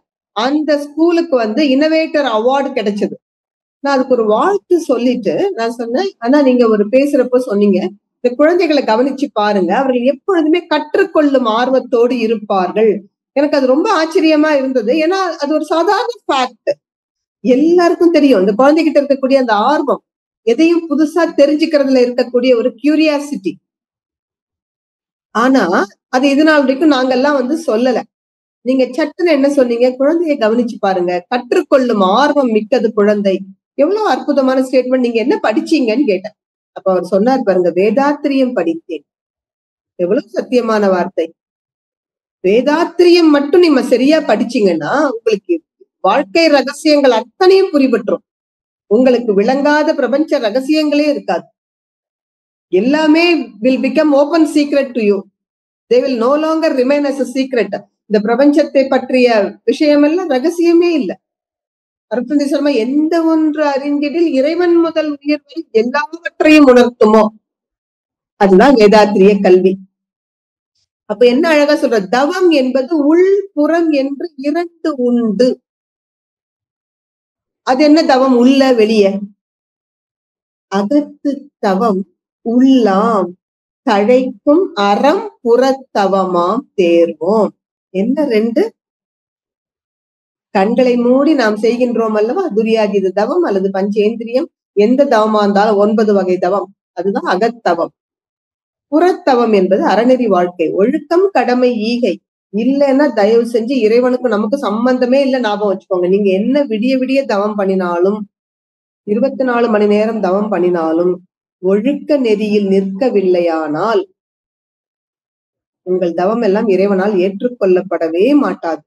ஒழுக்கம்ங்கிறதுக்கு என்ன அழகா விளக்கம் சொன்ன அருட்தந்தை, தனக்கோ பிறருக்கோ, தற்காலத்திலோ பிற்காலத்திலோ, உடலுக்கோ உள்ளத்திற்கோ துன்பம் தராத எண்ணம், சொல், செயல் ஒழுக்கம். அப்போ நம்ம யாருக்காவது துன்பம் கொடுத்தால், நமக்கு நாமே துன்பம் கொடுத்து கொண்டாலும் கூட ஒழுக்கத்திலிருந்து விலகி விட்டோம். நேரத்துக்கு சாப்பிடல, ஒரே விரதமா இருந்து அல்சர் டெவலப் ஆச்சுன்னா என்ன ஒழுக்கத்தை பின்பற்றுகிறோம்னா நமக்கு எப்படி இறை தரிசனம் கிட்டும்? அதனால தெளிவா சொல்ற தவ முறையும் அறநெறியும் பற்ற தருக்கென்ற தன்முனைப்பு குன்றி போகும். பவ வினைகள் புதிது எழா, முன்னம் செய்த பதிவுகளும் மறைந்து மெய்ப்பொருளும் காணும். அப்போ இறைநிலை உணரணும்னா இந்த பதிவுகள் போகணும், அதற்கு காரணமான ஆணவம் மறையணும். அந்த ஆணவம் மறைவதற்கு தவமும் அறமும் வழி. இப்படி பதிவுகள் போனா என்ன நடக்கும்? சிவநிலையை சீவனிலே உணர்ந்து கொண்டால் சிறுமை தரும் மனமயக்க மாயை ஏது. தவத்தின் மூலமாக அந்த இறைவன் தான் நானாக இருக்கிறான் என்று உணர்ந்து கொண்டால், நானாக மட்டுமா இருக்கிறான், அனைவராக, அனைத்து தோற்றங்களாக, ஜட பொருட்களாகவும் அவனேதான் இருக்கிறான் என்கின்ற இடத்திற்கு வந்த பிறகு மாயை என்கின்ற மயக்கத்திற்கு இடமே இல்லை. கவிதையை எப்படி நிறைவு பண்றார் பாருங்க அருட்தந்தை. எவரெனினும் இவ்வழியால் அன்றி உய்ய ஏது வழி வேறு உலகில் எண்ணி பாரீர். யாரா இருந்தாலும் இந்த 2 தான் வழி, தவமும் அறமும் தான் வழி தன்முனைப்பு நீங்குவதற்கு. இன்னொரு ஷார்ட்கட்டும் சொல்லி கொடுப்பாரு. என்ன ஷார்ட்கட் அது? தன்முனைப்பு நீங்க ஒரு குரு அடைந்து போய் குருவினோட திருவடிகளை கெட்டியா பிடிச்சுக்கோ. அப்பொழுது என்ன பண்ணணும்? பிடித்து கொண்டு தவம் செய்யணும். அதை விட்டுறவே முடியாது. தவம் என்றால் அகத்தவம் புறத்தவம், அதை ஞாபகம் வச்சுக்கணும். தன்முனைப்பு நீங்க ஒரு குருவடைந்து தவமாற்றும் சாதனையால் உயரும் போது நன்முனைப்பாம் அருத்தொண்டால் பயன் காண்போர்கள் நாதழுக்க பெருமையோடு போற்றுவார்கள். என்ன அழகா சொல்றாரு பாருங்க. இன்னைக்கு நிறைய பேர் நம்ம தொண்டு செய்யறதுல ஈடுபட்டு கொண்டிருக்கிறோம். அதுவே நம்ம வாழ்நாள் முழுவதும் அருட்தந்தைக்கு நன்றி சொல்லணும். நம்மை போன்றவர்களை எல்லாம் ஒரு கல்லூரியில முதல்வர் அல்லது ஒரு பல்கலைக்கழகத்தின் துணைவேந்தர் சந்தித்து பேசுகிறார் என்றால் கொஞ்சம் யோசிச்சு பாருங்க. அருட்தந்தை இல்லைன்னா நம்ம உள்ள நுழைய முடியுமா அந்த இடத்துல எல்லாம்? அப்படிப்பட்ட உயரத்துல கொண்டு போய் நம்மளை வச்சுட்டா பாருங்க. கவியரசர் கண்ணதாசன் தான் சொல்வார், யார் தருவார் இந்த அரியாசனம், புவி அரசோடு எனக்கும் ஒரு சரியாசனம். ஒரு கல்லூரி முதல்வரை பார்க்கவே முடியாது, ஆனா நம்மளை கூப்பிட்டு உட்கார வைக்கிறாங்களே சமமா. இந்த முறை நடந்த சம்பவம் central university of Tamil Nadu Thiruvarur மத்திய பல்கலைக்கழகத்தில் MOU சைன் பண்ணுவதற்காக நமது மதிப்பிற்குரிய உலக சமுதாய சேவா சங்க தலைவர் பத்மஸ்ரீ அருள்நிதி SKM ஐயா அவங்க வந்திருக்காங்க. ஒரு போர்ட் ரூம் பார்த்தவங்களுக்கு தெரியும், நடுவுல ஒரு நீளமான ஒரு இது போட்டிருப்பாங்க, அந்த டேபிளுக்கு 2 பக்கமும் உட்கார்ந்து இருப்பாங்க. அதுல நடுநாயகமாக ஒரு சேர், ஏன்னா வைஸ் சான்சலர் அப்படிங்கிறவர் அந்த பல்கலைக்கழகத்தின் துணை வேந்தர் தான் அன்றைக்கு நாயகர். அப்ப அவருக்கு சேர் நடுநாயகமா போடப்பட்டிருக்கும், 2 பக்கமும் உட்கார்ந்து இருப்பாங்க. இதே நீங்க இதுல மீட்டிங்ல பாத்தீங்கன்னா சீஃப் மினிஸ்டருக்கு அந்த சென்ட்ரல் சீட் இருக்கும், 2 பக்கமும் மினிஸ்டர்ஸ் உட்கார்ந்து இருப்பாங்க. அது போல அந்த பல்கலைக்கழகத்தினுடைய அந்த அரங்கத்தில் நடுநாயகமா VCக்கு சேர் போட்டிருக்கு. இந்த பக்கம் நம்முடைய உலக சமுதாய சேவா சங்கத்தை சார்ந்தவர்கள் தலைவர், அவரை தொடர்ந்து துணைத் தலைவர், இயக்குனர் பெருமக்கள் எல்லாம் உட்கார்ந்துடுறாங்கன்னா எதிர்பக்கத்துல பல்கலைக்கழகத்தை சார்ந்தவர்கள். VC வந்து என்ன செய்தார் தெரியுங்களா? முதல் வேலை நடுநாயகமா போட்டிருந்த அவரோட சேரை திருப்பி தலைவர் அவர்களுக்கு நேர் எதிரில போட்டு உட்கார்ந்தார். என்ன ஒரு பணிவு பாருங்க. நான் உங்களை விட பெரியவன் கிடையாது, அந்த இடத்துல அவர் தான் உண்மையில பெரியவர். ஆனால் சமமா வந்து தலைவருக்கு நேரா உட்கார்ந்தார். அதுதான் கண்ணதாசன் சொல்றார், யார் தருவார் இந்த அரியாசனம், புவி அரசோடு எனக்கும் ஒரு சரியாசனம். சரிசமமாக நம்மை நடத்துகிறார்களே. பேத்தரும் நூலொன்றும் கல்லாதவன், உயர்ந்த பேரு பெரும் இடத்தில் நில்லாதவன், எனக்கு யார் தருவார் இந்த அரியாசனம். அருட்தந்தையை தவிர நமக்கு இந்த மதிப்பு யாராலும் கொடுக்க முடியாது. அதனாலதான் என்னோட தந்தை அடிக்கடி சொல்வார், இந்த தோலை செருப்பா தச்சு போடணும்மா சுவாமிஜிக்கு. அது எவ்வளவு ஒரு உண்மையால உணர்ந்த ஒரு வார்த்தை அது. அப்ப அருட்தந்தை சொல்றாங்க, குருவை பிடிச்சுக்கோப்பா, உனக்கு கிடைத்த வாய்ப்பு, அந்த குருவை பிடி, குரு சொல்லி கொடுத்த வாழ்க்கைப்படி வாழ்ந்து வா, தவம் செய், அறநெறி வாழ்க்கையை பின்பற்று. அப்படி பின்பற்றி கொண்டே உனக்கு தெரிந்த இந்த அறிவை நீ 4 பேர்கிட்ட பகிர்ந்து கொள்கிற பொழுது எவ்வளவு நன்மை அடைந்தவர்கள் எல்லாம் புகழ்ந்து பாராட்டுவார்கள். இயல்புதானே. நமக்கு மன்றத்துல சொல்றாங்க, அல்ல ஒரு பல்கலைக்கழகத்துல ஒரு கல்லூரியில சொல்றாங்க, அம்மா வந்தாங்க, எங்களுக்கு இந்த அறிவை கொடுத்தாங்க. சந்திராமா அழகா போட்டாங்க, வேதாத்திரிய கல்வி கற்றவருக்கு சென்ற இடமெல்லாம் சிறப்பு. அப்படி ஒரு சிறப்பு கிடைக்கிற பொழுது எல்லோரும் மகிழ்ச்சியோடு பாராட்டும் பொழுதுதான் நம்ம சர்வ ஜாக்கிரதையா இருக்கணும். என்ன காரணம்? அருட்தந்தை சொல்றாங்க, நன்முனைப்பாம் அருட்தொண்டால் பயன் காண்போர்கள் நாதழுக்க பெருமையோடு போற்றுவார்கள். அவங்க எல்லாம் அப்படிதான் சொல்லுவாங்க, அம்மா உங்களாலதான்மா நான் இன்னைக்கு ஒரு மனுஷியா இருக்கேன், இல்ல மனுஷனா இருக்கேன், எல்லாம் நீங்க கொடுத்த பிச்சை என்று சொல்லும் பொழுது நாம என்ன நினைக்கணும் மனசுக்குள்ள? சர்வம் குரு திருவடிகளில் சமர்ப்பணம், கிருஷ்ணார்ப்பணம்னு சொல்ற மாதிரி எல்லாம் குருவினுடைய திருவடிகளை கொண்டு போய் கொட்டிடணும். ஏன்னா அவர் தானே காரணம் இந்த பேருக்கும் புகழுக்கும். உன் முனைப்பு நிலவு ஒளி ரவியால் போல உயர் குருவின் ஒளி என்றே உணர்ந்து அடங்கு. அருட்தந்தை வார்த்தைகளை ரொம்ப மென்மையா இனிமையா பயன்படுத்துகிறவர். ஆனா இந்த இடத்துல என்ன சொல்றாரு பாருங்க, யாராவது உன்னை பாராட்டினால் புகழ்ந்தால் நீ மனசுல என்ன நினைக்கணும்? இந்த வானத்துல அழகா நிலவு வெளிச்சம் கொடுக்கிறதே, அந்த நிலவுக்கு சொந்தமா வெளிச்சமே கிடையாது, சூரியனோட வெளிச்சத்தை வாங்கி பிரதிபலிக்கிறது. இது ஒரு பேசிக் சயின்ஸ். இந்த விஞ்ஞானத்தை கொண்டு அருட்தந்தை சொல்றார், எப்படி சூரிய ஒளியை நிலவு பிரதிபலிக்கிறதோ அது போல நீ என்ன பேசினாலும் அது யாருடைய கருத்து? குருவினுடைய கருத்து. நீ குருவின் கருத்தைத்தான் ஒரு கிளிப்பிள்ளை சொன்னதை சொல்வதை போல சொல்லிக் கொண்டிருக்கிறாய். இத மறந்துடாம ஞாபகம் வச்சுக்கிட்டு அடக்கத்தோட இருந்தா தப்பிச்சுக்கலாம். அதனாலதான் திருவள்ளுவர் சொல்வார், என்ன சொல்றார்? அடக்கம் அமரருள் உய்க்கும், அடங்காமை ஆறிருள் உய்க்கும். அந்த திருக்குறளை அப்படியே கொண்டு வராரு பாருங்க அருட்தந்தை இங்க.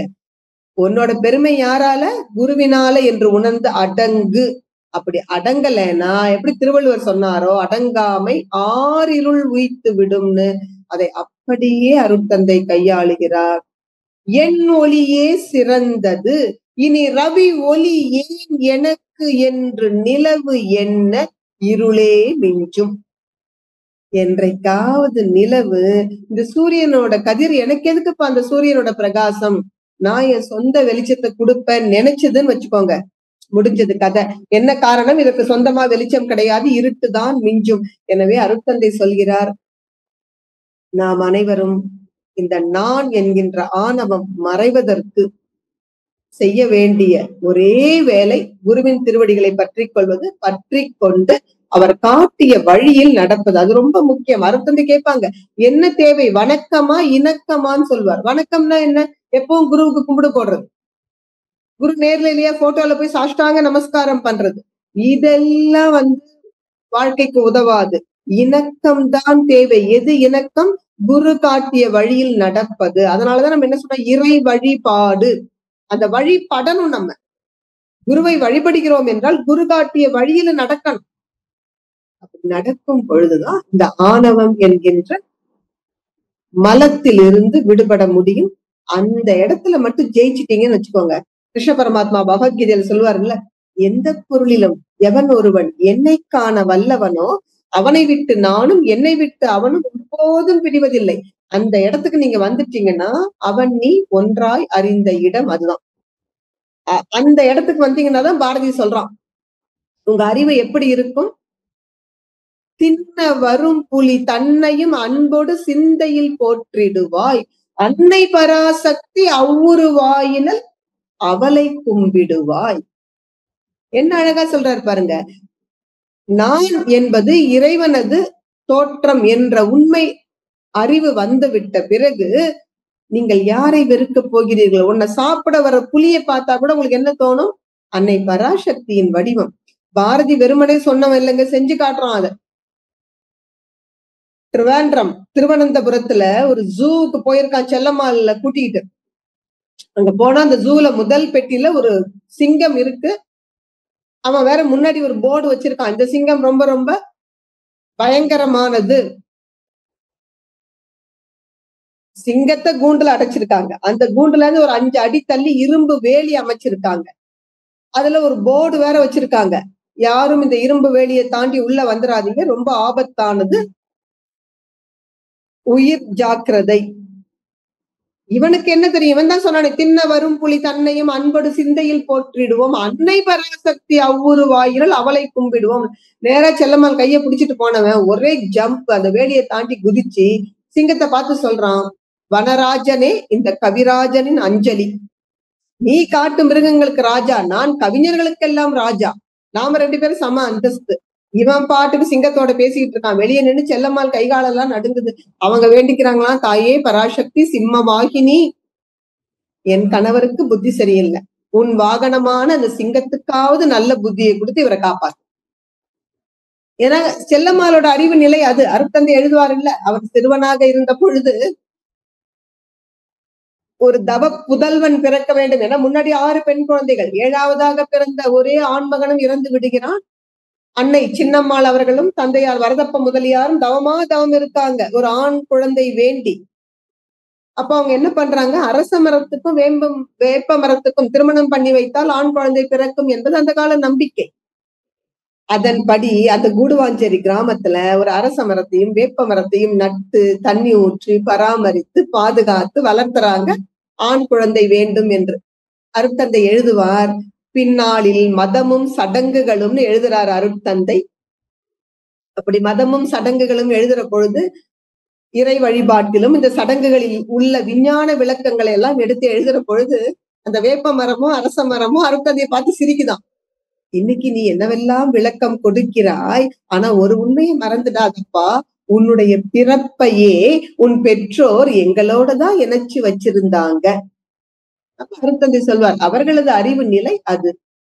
அது போல செல்லம்மாளது அறிவு நிலைக்கு செல்லம்மாள் வணங்குகிறாள் அன்னை பராசக்தி. ஆனா பாரதி கம்பீரமா அந்த சிங்கத்துக்கு ஒரு வணக்கம் போட்டா மறுபடியும் அதே கம்பீரமா ஜம்ப் பண்ணி வேலியை விட்டு வெளியே வந்து செல்லம்மாள் தோல் மேல கையை போட்டுட்டு வா போகலாம். இதுதான் சுத்த ஞானியினுடைய நிலை. அந்த ஞானத்தின் முழுமையில் எந்த வேறுபாடும் அவர்களுக்கு கிடையாது. எல்லாரும் ஒண்ணுதான், ஆல் ஆர் ஈக்குவல்.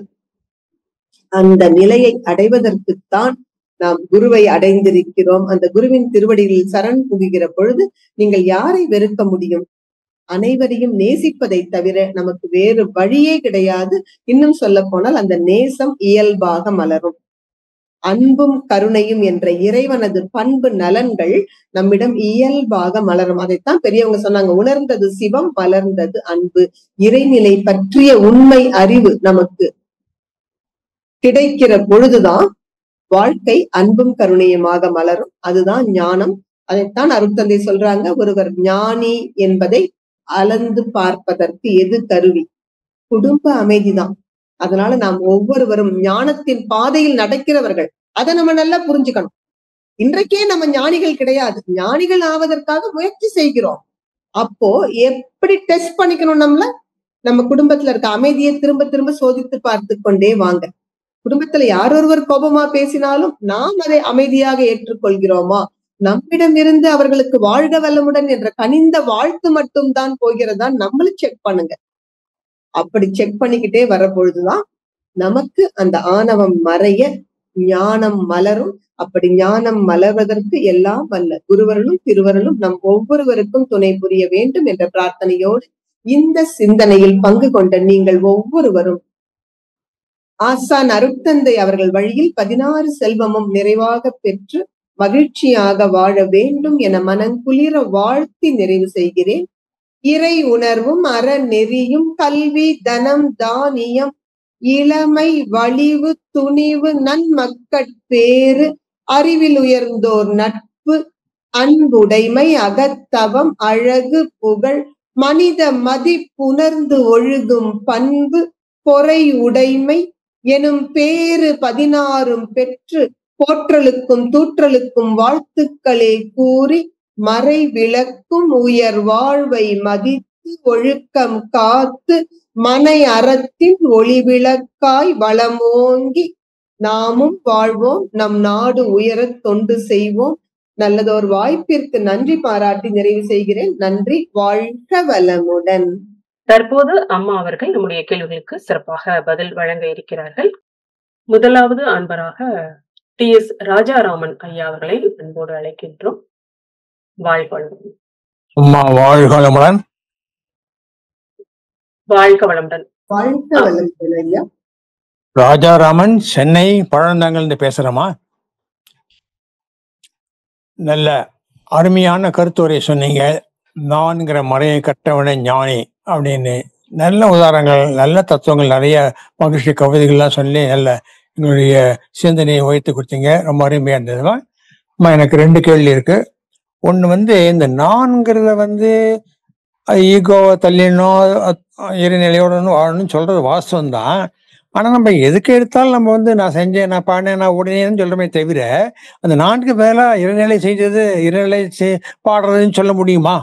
பாசிபிள் அது? வாழ்க வளமுடன் ஐயா. இது கபீர்தாசர் வாழ்க்கையிலே நடக்குது. கபீர்தான் சொல்வார் எப்பவுமே, ராமன் சாப்பிட்டான், ராமன் தூங்கினான், ராமன் நடந்தான், ராமன் பேசினான். ஆனா நீங்க சொல்ற மாதிரி யதார்த்த வாழ்க்கையில நானும் நீங்களும் அப்படி சொன்னா நம்மள பைத்தியம்பாங்க, கல்ல விட்டு எறிவாங்க. It's not practically possible. ஆனா நீங்க என்ன பண்ணலாம்னா, என்ன செயல் வேண்டுமானாலும் வெளியில செய்யுங்க. ஆனா மனதுக்குள் என்ன எண்ணம் இருக்கணும்? இறைவன் என் மூலமாக இந்த செயலை நடத்துகிறான். 2 பெரிய நன்மை என்ன தெரியுங்களா? உங்க செயல் வெற்றிகரமாக நடக்கிற பொழுது உங்களுக்கு அந்த ஆணவம் தலையில போய் ஏறி உட்காராது. நான் தான், என்னாலதான் இதை சாதிக்க முடிஞ்சது அப்படின்னு நினைக்க மாட்டீங்க. இறைவன் என் மூலமாக இதை சாதித்தான். ஹம்பிள்னஸ், அந்த அடக்கம் வந்துடும். ஏதோ ஒரு காரணத்தால் நீங்கள் எடுத்த முயற்சியில் வெற்றி பெற முடியாமல் தோல்வி வந்துருச்சுன்னு வச்சுக்கோங்க. அப்ப சோர்ந்து போக மாட்டீங்க.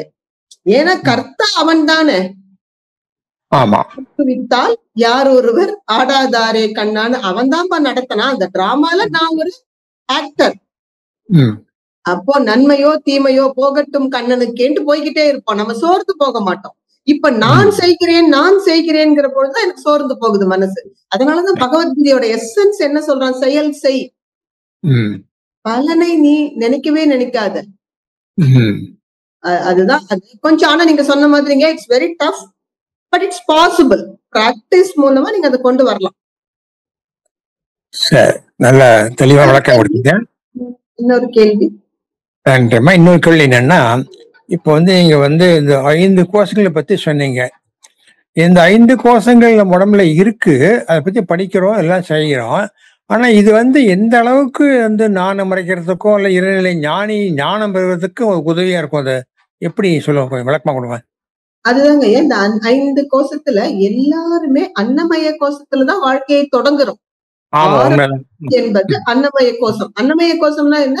உடல் தேவைகளை பூர்த்தி செய்வது. நீங்க இதையே என்ன சொல்றார்? ஊனுடலே வாகனமாம் உள்ளியங்கும் ஆற்றல் உயிர். உடலை கடந்துதான் நீங்க உயிருக்குள்ள போகணும். உடலை அலட்சியப்படுத்தினா எப்படி வாழ முடியும்? புத்தர் அந்த தப்ப பண்ணுவார். நாட்டை திறந்து காட்டுக்கு போனார்.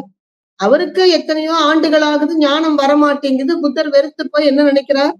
இந்த சாப்பிட்டுக்கிட்டு இருக்கிறதுனாலதான் நம்ம புலன் இன்பத்திலேயே இன்னமும் இருக்கிறோம், ஞானம் பிறக்க மாட்டேங்குது.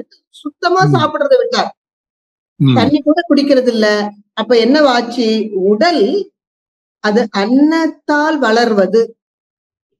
அதற்கு உரிய அந்த உணவு கிடைக்காத பொழுது மயங்கி விழுந்துட்டாரு. நமக்கு அந்த கதை தெரியும். ஒரு ஆட்டிடையன் பாலை கறந்து விட்டு புத்தர் அதன் மூலமா விழிப்பு பெறுகிறார். அப்பதான் புத்தர் மிடில் பாத், தனக்கு ஞானம் வந்த பிறகு புத்தர் என்ன சொல்றார்? 2 எக்ஸ்ட்ரீமுக்கு போனேன்னா உனக்கு ஞானமே கிடைக்காது. பட்டினி கிடந்து உடலை வருத்தினாலும் உன்னால் இறைவனை உணர முடியாது. மிதமின்றி புலன் இன்பங்களில் ஆழ்ந்து போனாலும் இறைவனை உணர முடியாது.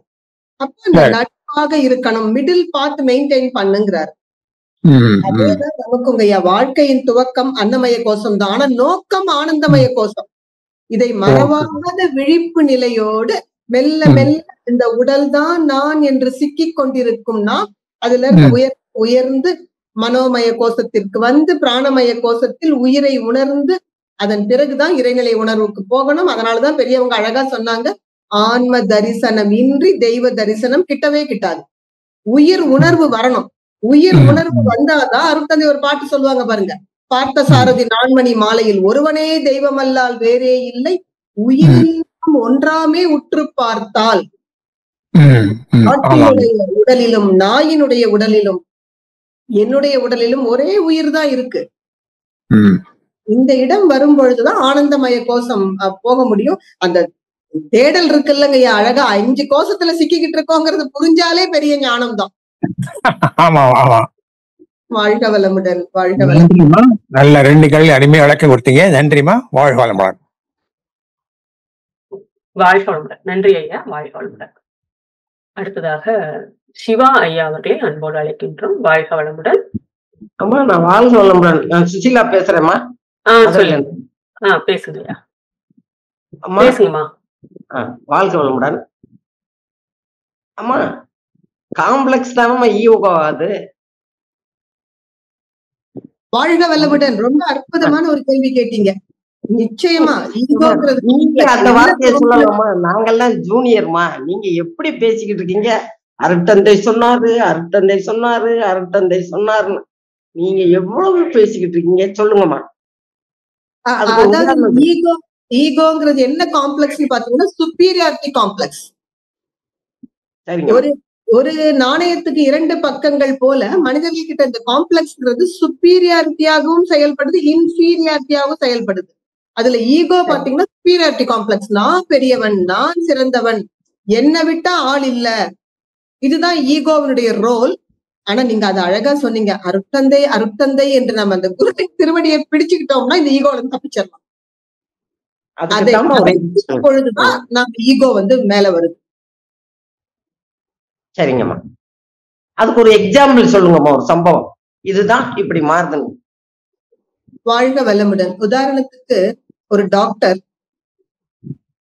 ஒரு நபர் தன்னுடைய மனைவியை முதல் பிரசவத்துக்கு கொண்டு ஹாஸ்பிட்டல்ல சேர்த்துட்டு ரொம்ப டென்ஷன்ல இருக்காரு. அந்த டாக்டர் அந்த தம்பி தோலை தட்டி சொல்றாரு, அப்பா உன்னோட மனைவிக்குதான் இது முதல் பிரசவம், எனக்கு இது 1008வது பிரசவம், நீ ஒண்ணு கவலைப்படாத, நான் ரொம்ப கைராசிக்காரன்னு பேர் வாங்கினவன், மிக சிறப்பாக இந்த டெலிவரி பார்த்து தாயும் சேயும் நலமா உன் கையில கொடுப்பேன் அப்படின்னு போற பொழுது பாருங்க அந்த ஈகோ, என்னால முடியும், ஏன்னா இது வரைக்கும் நான் தோத்ததே இல்லை, இத்தனை டெலிவரி நான் சிறப்பா பார்த்திருக்கேன், அப்படின்னு போனாரு. என்ன சோதனையோ, குழந்தைய வந்து கொடி சுத்திருது, மிக சிரமம். டாக்டர் கொஞ்ச நேரத்துல தலையை தொங்க போட்டுட்டு வந்து அவன்கிட்ட சொல்றாரு, இறைவனை பிரார்த்தனை பண்ணுப்பா, 2 உயிரையும் காப்பாத்த போராடுறோம், என் கையில இல்ல அவன் கையில இருக்கு. இதுதான் அந்த ஈகோல இருந்து இறங்கி வந்த நிலை. தப்பிக்கிறார் பெரியவங்க. அதனாலதான் என்ன சொல்றாங்க, கடவுள் நம்பிக்கை என்று ஒன்று இருந்தால் நீ தன்முனைப்புல இருந்து தப்பிக்கலாம். முதல்ல போறப்ப தன்முனைப்போட தான் போனாரு. என்னால முடியாதா, நான் இத்தனை டெலிவரி பார்த்திருக்கேன், பர்ஃபெக்டா பார்த்து கொடுத்திருக்கேன், தாயும் சேயும் நலமா எடுத்து கொடுத்திருக்கேன். அந்த தன்முனைப்பின் உச்சத்துல இருந்தார். அங்க ஒரு சிக்கல் வந்த பொழுது இறை நம்பிக்கை இருந்ததுனால தன்முனைப்புல இருந்து தப்பிச்சு என்ன வர்றார், ஐயோ என்ன மன்னிச்சிருப்பா, இது என்னால முடியல, நீயும் கடவுளை பிரார்த்தனை பண்ணு, நானும் பண்றேன், 2 உயிரையும் காப்பாற்றலாம். இந்த நம்பிக்கை இல்லைன்னு வச்சுக்கோங்க, இந்த ஈகோனால தன்னோட அறிவை கொண்டே தான் இதை சால்வ் பண்ணலாம்னு முயற்சி செய்து விளைவு என்ன வரும் நமக்கு தெரியாது. அதனால ஈகோ எல்லாரும் அம்மா இது ரொம்ப சட்லராலாம் கூட வேலை செய்யும். இது டாக்டர் கிட்ட பெரிய உதாரணம் இல்ல, வீட்டுல பாருங்க. அதத்தான் கேக்குறேன். சொல்லுவோம், என்ன போல இந்த மோர் கூட்டு யாராலும் செய்ய முடியாது. இது ஈகோ இல்லாம வேற என்ன? அதனால ஈகோ ரொம்ப சட்லர் வேஸ்ல வெளிப்படுத்தும். நம்ம ஒவ்வொரு முறையும் என்ன இருக்கு நமக்கு, ஒரு சக்கரை பொங்கல் சரியா பண்ணிட்டாலோ, ஒரு மோர்கூட்டு சரியா பண்ணிட்டாலோ, என்ன போல ஆள் உண்டா, நல பாகம் அப்படின்னு நினைச்சு பெருமைப்படுறதெல்லாம் அறியாமை. அதனாலதான் ஆங்கிலத்துல என்ன சொல்றோம், ignorance of truth is ego. எது உண்மை, அந்த இறைநிலை உணர்வு இல்லாத பொழுதுதான் ஆணவம். ஆனா நிச்சயம் நம்ம குருவை பிடிச்சிட்டோம்னா மீண்டு வந்துடலாங்கம்மா. நன்றி, வாழ்க வளமுடன். இல்லம்மா, இது ஈகோவுக்கு சொன்னீங்க, நான் காம்ப்ளெக்ஸ்க்கு ஒண்ணு சொல்லுங்க. இந்த காம்ப்ளெக்ஸ் தானே டெவலப் ஆகி ஈகோ மாறுன்னு சொல்றாங்க. நீங்க காம்ப்ளெக்ஸ்க்கு உதாரணம் சொல்லலையே, தாழ்வு மனப்பான்மை.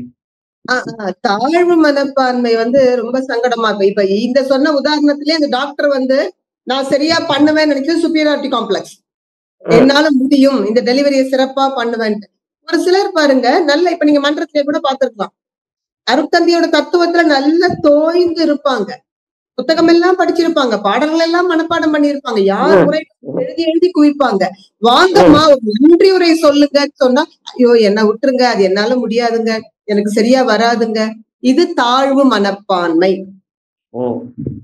நீங்க அதுவும் வந்து இறைவன் கிட்ட சரணடைகிற பொழுது தாழ்வு மனப்பான்மையில இருந்து தப்பிச்சுக்கலாம். எப்ப தாழ்வு மனப்பான்மை வருது பாருங்க, என்னால இதை சரியா செய்ய முடியாது, அல்லது நான் செய்த பிறகு யாராவது கிண்டல் பண்ணினா, கேலி பேசினால் என்னால அதை தாங்க முடியாது. நீங்க இந்த திருவிளையாடல்ல ரொம்ப அற்புதமான ஒரு காட்சி வரும். அவன் அந்த ஹேமநாத பாகவதர் வந்து, என் பாட்டுக்கு எதிர்பாட்டு உண்டா, விடியறதுக்குள்ள நீ ஆளை ஏற்பாடு பண்ணுப்பா, இல்லைன்னா இந்த மதுரையே எனக்கு அடிமைன்னு எழுதி கொடுப்பான். அப்ப இவங்க என்ன பண்றாங்க, இறைவன் கிட்ட பாடுற அந்த இவரை கூப்பிட்டு, குருக்களை கூப்பிட்டு, நீதான்ப்பா பாடணுங்கிற பொழுது அவர் சொல்லுவாரு, ஐயோ நான் எப்படி பாடுவேன், என்னால எப்படி முடியும், முடியவே முடியாது. அப்ப அவங்க மனைவி சொல்லுவாங்க, இது தாழ்வு மனப்பான்மை, என்னால முடியாது. அவர் சொல்ல, நீ யாரையா பாடுறதுக்கு, ஏன் என்னால எப்படி முடியும், என்னால எப்படி முடியுங்கிற, போய் இறைவனை சரணடை, அவர் பாடுவார். இவர் போய் கோவில்ல விழுந்துருவார். நமக்கு அந்த கதை தெரியும். இறைவன் வந்து இந்த பாகவதரை ராத்திரியோட ராத்திரியே துரத்துறாரு. அதனால தாழ்வு மனப்பான்மையில இருந்து தப்பிச்சுக்கிறதுக்கும் அதே இறைவன் திருவடிகள் தான். ஏன்னா சைடு தானே. ஆமாமா, தாழ்வு மனப்பான்மை தான் டெவலப் ஆகி ஈகோவா மாறுதுன்னு சொல்றாங்களே, அதற்கு எப்படின்னு கேக்குறேன். ஆமா, அது என்னன்னு கேட்டீங்கன்னா, இட்ஸ் a பேசிக் சைக்காலஜி. இந்த தாழ்வு மனப்பான்மையில இருக்கிறவங்க வந்து என்ன பண்றாங்கன்னு பாத்தீங்கன்னா, அது வந்து ரொம்ப இந்த இப்போ அது எனக்கு அந்த உதாரணம் இப்படி பப்ளிக்கா சொல்றதான்னு தெரியல. ஏன்னா இப்ப கவர்மெண்ட் ரிசர்வேஷன் சிஸ்டம்னு ஒண்ணு வச்சிருக்கோம் நம்ம. ஆமா ஆமா ஆமா. ரிசர்வேஷன் சிஸ்டம் மூலமாக ரொம்ப காலமாக அடக்கப்பட்ட அந்த அடித்தட்டு மக்கள் வாழ்க்கையை வந்து உயர்த்தணும் அப்படின்னு நினைக்கிற பொழுது பாத்தீங்கன்னா, அவர்களுக்கு இருக்கிற தாழ்வு மனப்பான்மை அவங்க எப்படி வெளிப்படுத்துவாங்கன்னு பாத்தீங்கன்னா, ஈகோயிஸ்டிக்கா தான் வெளிப்படுத்துவாங்க. ஒரு கவர்மெண்ட் ஹாஸ்டல்ல பாத்தீங்கன்னா, பணக்கார வீட்டு குழந்தைங்க எல்லாம் கூட ஒரு காலேஜுக்கு வந்திருக்கோம், ஹாஸ்டலுக்கு வந்திருக்கோம், அவங்க கொடுக்குற உணவு சாப்பிடலான்னு சாப்பிடுவாங்க. ஆனா நல்ல உணவியை கூட இதெல்லாம் உணவா என்று பழித்து பேசுறது யாருன்னு பாத்தீங்கன்னா, இந்த தாழ்வு மனப்பான்மையில கஷ்டப்படுறான் பாத்தீங்களா, தான் ஒரு ஏழை, தன்னோட வீட்டுல இந்த மாதிரி ஒரு உணவே அவன் சாப்பிட்டது இல்லை, இட்லியோ தோசையோ. அங்க எப்பவும் கேழ்வரகு கஞ்சி அல்லது கம்பு தான் சாப்பிடுறான். ஆனா இங்க வந்து மற்றவர் மத்தியில தன்னை உயர்வா காட்டிக்கணுங்கிற எண்ணத்தினால இவன் அந்த இட்லியை பழிச்சு பேசுறது. இந்த தோசை என்ன தோசை, இதெல்லாம் மனுஷன் சாப்பிடுவானா என்று சொல்வது தாழ்வு மனப்பான்மை தான் சுப்பீரியாரிட்டி காம்ப்ளெக்ஸா வெளிப்படுது, ஈகோவா வெளிப்படுது. இதுக்கு நிறைய உதாரணம் சொல்லலாம். இந்த கணவன் மனைவி உறவுல பாத்தீங்கன்னா, ஆண்கள் ஆணாதிக்கம் நிறைந்த சமூகம், தன்னை விட அந்த மனைவி மேல போயிட்டாங்கன்னா இந்த தாழ்வு மனப்பான்மை எப்படி வெளிப்படுத்துவாங்கன்னா, நான் கணவன், நீ எனக்கு அடங்கி நடக்கணும். இது எல்லாமே தாழ்வு மனப்பான்மையோட வெளிப்பாடு, அடிப்படை. அம்மா நல்ல விளக்கம்மா, நன்றிம்மா. அப்ப இன்னொன்னுங்கம்மா, சூரியன் இருந்து வெளிச்சத்தை வாங்கி சந்திரன் சொன்னீங்க, அந்த இடத்துல புரியல, கொஞ்சம் கேட்கல. இது ஒரு அடிப்படை விஞ்ஞானம். நீங்க போய் விஞ்ஞானம் தெரிஞ்சவங்கள்ட்ட கேட்டாலும் சரி, அல்லது நீங்களே புத்தகங்கள் படித்தாலும், சூரியனுக்கு அதான் அதை ஸ்டார் அப்படின்னு சொல்றோம் பாத்தீங்களா. எது நட்சத்திரம் என்றால் தானே ஒளிரும் தன்மை படைத்தது நட்சத்திரம். Sun is star. சூரியன் ஒரு நட்சத்திரம். அந்த ட்விங்கிள் ட்விங்கிள் லிட்டில் ஸ்டார்னு சொல்லுவோம் பாத்தீங்களா. ட்விங்கிள் ட்விங்கிள் அப்படி மினுமினுக்குது. நட்சத்திரம் தான் மினுமினுக்க முடியும், பிரகாசத்தை கொடுக்க முடியும். நிலவுக்கு பிரகாசம் கிடையாது, ஆனால் அது என்ன பண்ணுது, சூரிய வெளிச்சத்தை வாங்கி பிரதிபலிக்கிறது. அந்த ஒரு விஞ்ஞான உண்மையை அருட்தந்தை இந்த கவிதையில கொண்டு வர்றார். அப்பா, சீடனான உனக்கு சொந்தமான பிரகாசம் கிடையாது, நீ எதை வாங்கி கொடுக்கிற, குருவோட பிரகாசத்தை வாங்கி கொடுக்கிறாய். குருவினுடைய அந்த அறிவு. அதனாலதான் தமிழ்ல என்ன சொல்றாங்க, குரு என்பவர் உணர்ந்து ஓதியவர், நாமெல்லாம் ஓதி உணர்பவர்கள். குரு உணர்ந்து ஓதியதை நாம ஓதி ஓதி ஓதி படித்து படித்து படித்து உணர்வதற்கு முயற்சி செய்கிறோம். அந்த நிலவு எப்படி சூரியனுடைய வெளிச்சத்தை வாங்கி கொடுக்குதோ, அது போல நாம் குருவினுடைய அந்த அறிவின் உயர்வை வாங்கி நம் மூலமா கொடுக்கிறோம். சரிங்கம்மா. அம்மா நல்ல விளக்கம். அதனாலதான் சினிமா பொருள்னா ஸ்டார்னு அவங்கள வச்சிருக்காங்க, அவங்களுடைய தன்மையை வெளிப்படுத்துறாங்க. என்னங்கம்மா, அதனாலதான் ஸ்டார்னு வச்சிருக்காங்க போல இருக்கு. அம்மா நல்ல விளக்கம்மா, நன்றி. நன்றி நன்றி அம்மா, நன்றி அம்மா. வாழ்க வளமுடன். அடுத்ததாக குருவம்மாள் அம்மா அவர்களை அன்போடு அழைக்கின்றோம். வாழ்க வளமுடன் அம்மா, பேசலாங்கம்மா. அம்மா வாழ்க வளமுடன் அம்மா. வாழ்க வளமுடன் அம்மா, சொல்லுங்க. ரொம்ப மகிழ்ச்சி. வாய்ப்பு கொடுத்தமைக்கு மிக்க நன்றிங்கம்மா. Many many happy returns, so many happy returns of the day. இன்னைக்கு நீங்க ஞானிய பத்தி பேசுனீங்கம்மா. நீங்க பெரிய மகா ஞானிமா. எத்தனையோ என்சைக்ளோபீடியாவில சேர்த்து அப்படியே கோர்த்த ஒரு மணி மாதிரி இன்னைக்கு அப்படி அற்புதமா தூசியிலும் தூசுமா ஒண்ணுமே தெரியாது, நல்ல வேலை பண்ணீங்க. அவ்வளவு வேதாத்திரியத்தையே கொண்டாந்துட்டீங்கம்மா. டீ கேட்டுட்டே இருக்கணும் போலயே இருக்கு, அவ்வளவு அற்புதங்கம்மா. நீங்க உங்களுடைய அருள் தொண்டு சிறக்கணும்மா. நான் மனமாற உங்களை வாழ்த்துகிறேம்மா. நீங்கள் 120 ஆண்டு தீர்க்க சுமங்கலியா வாழ்வாங்க வாழணும்மா. வாழ்க வளமுடன், வாழ்க வளமுடன், வாழ்க வளமுடன். வாழ்க வளமுடன். மிக்க நன்றிங்கம்மா. உண்மையில உங்களை போல பெரியவர்கள் ஆசீர்வாதம் எல்லாம் தான் இந்த அருட்தொண்டு சிறப்பாக நான் செய்வதற்கான காரணம். அந்த நன்றி எப்பொழுதுமே என் நெஞ்சில நிறைஞ்சிருக்கு. அம்மா அவர்களுக்கு எனது பணிவார்ந்த சிரம் தாழ்ந்த வணக்கங்கள், நன்றிகள். வாழ்க வளமுடன் அம்மா. வாழ்க வளம். வாழ்க வளமுடன் அம்மா, நன்றி. வாழ்க வளம். அடுத்ததாக டிபிபி டீன் போட்டிருக்காங்க. தங்களது பெயரையும் ஊரையும் கூறிக்கொண்டு பேசலாம். வாழ்க வளமுடன்.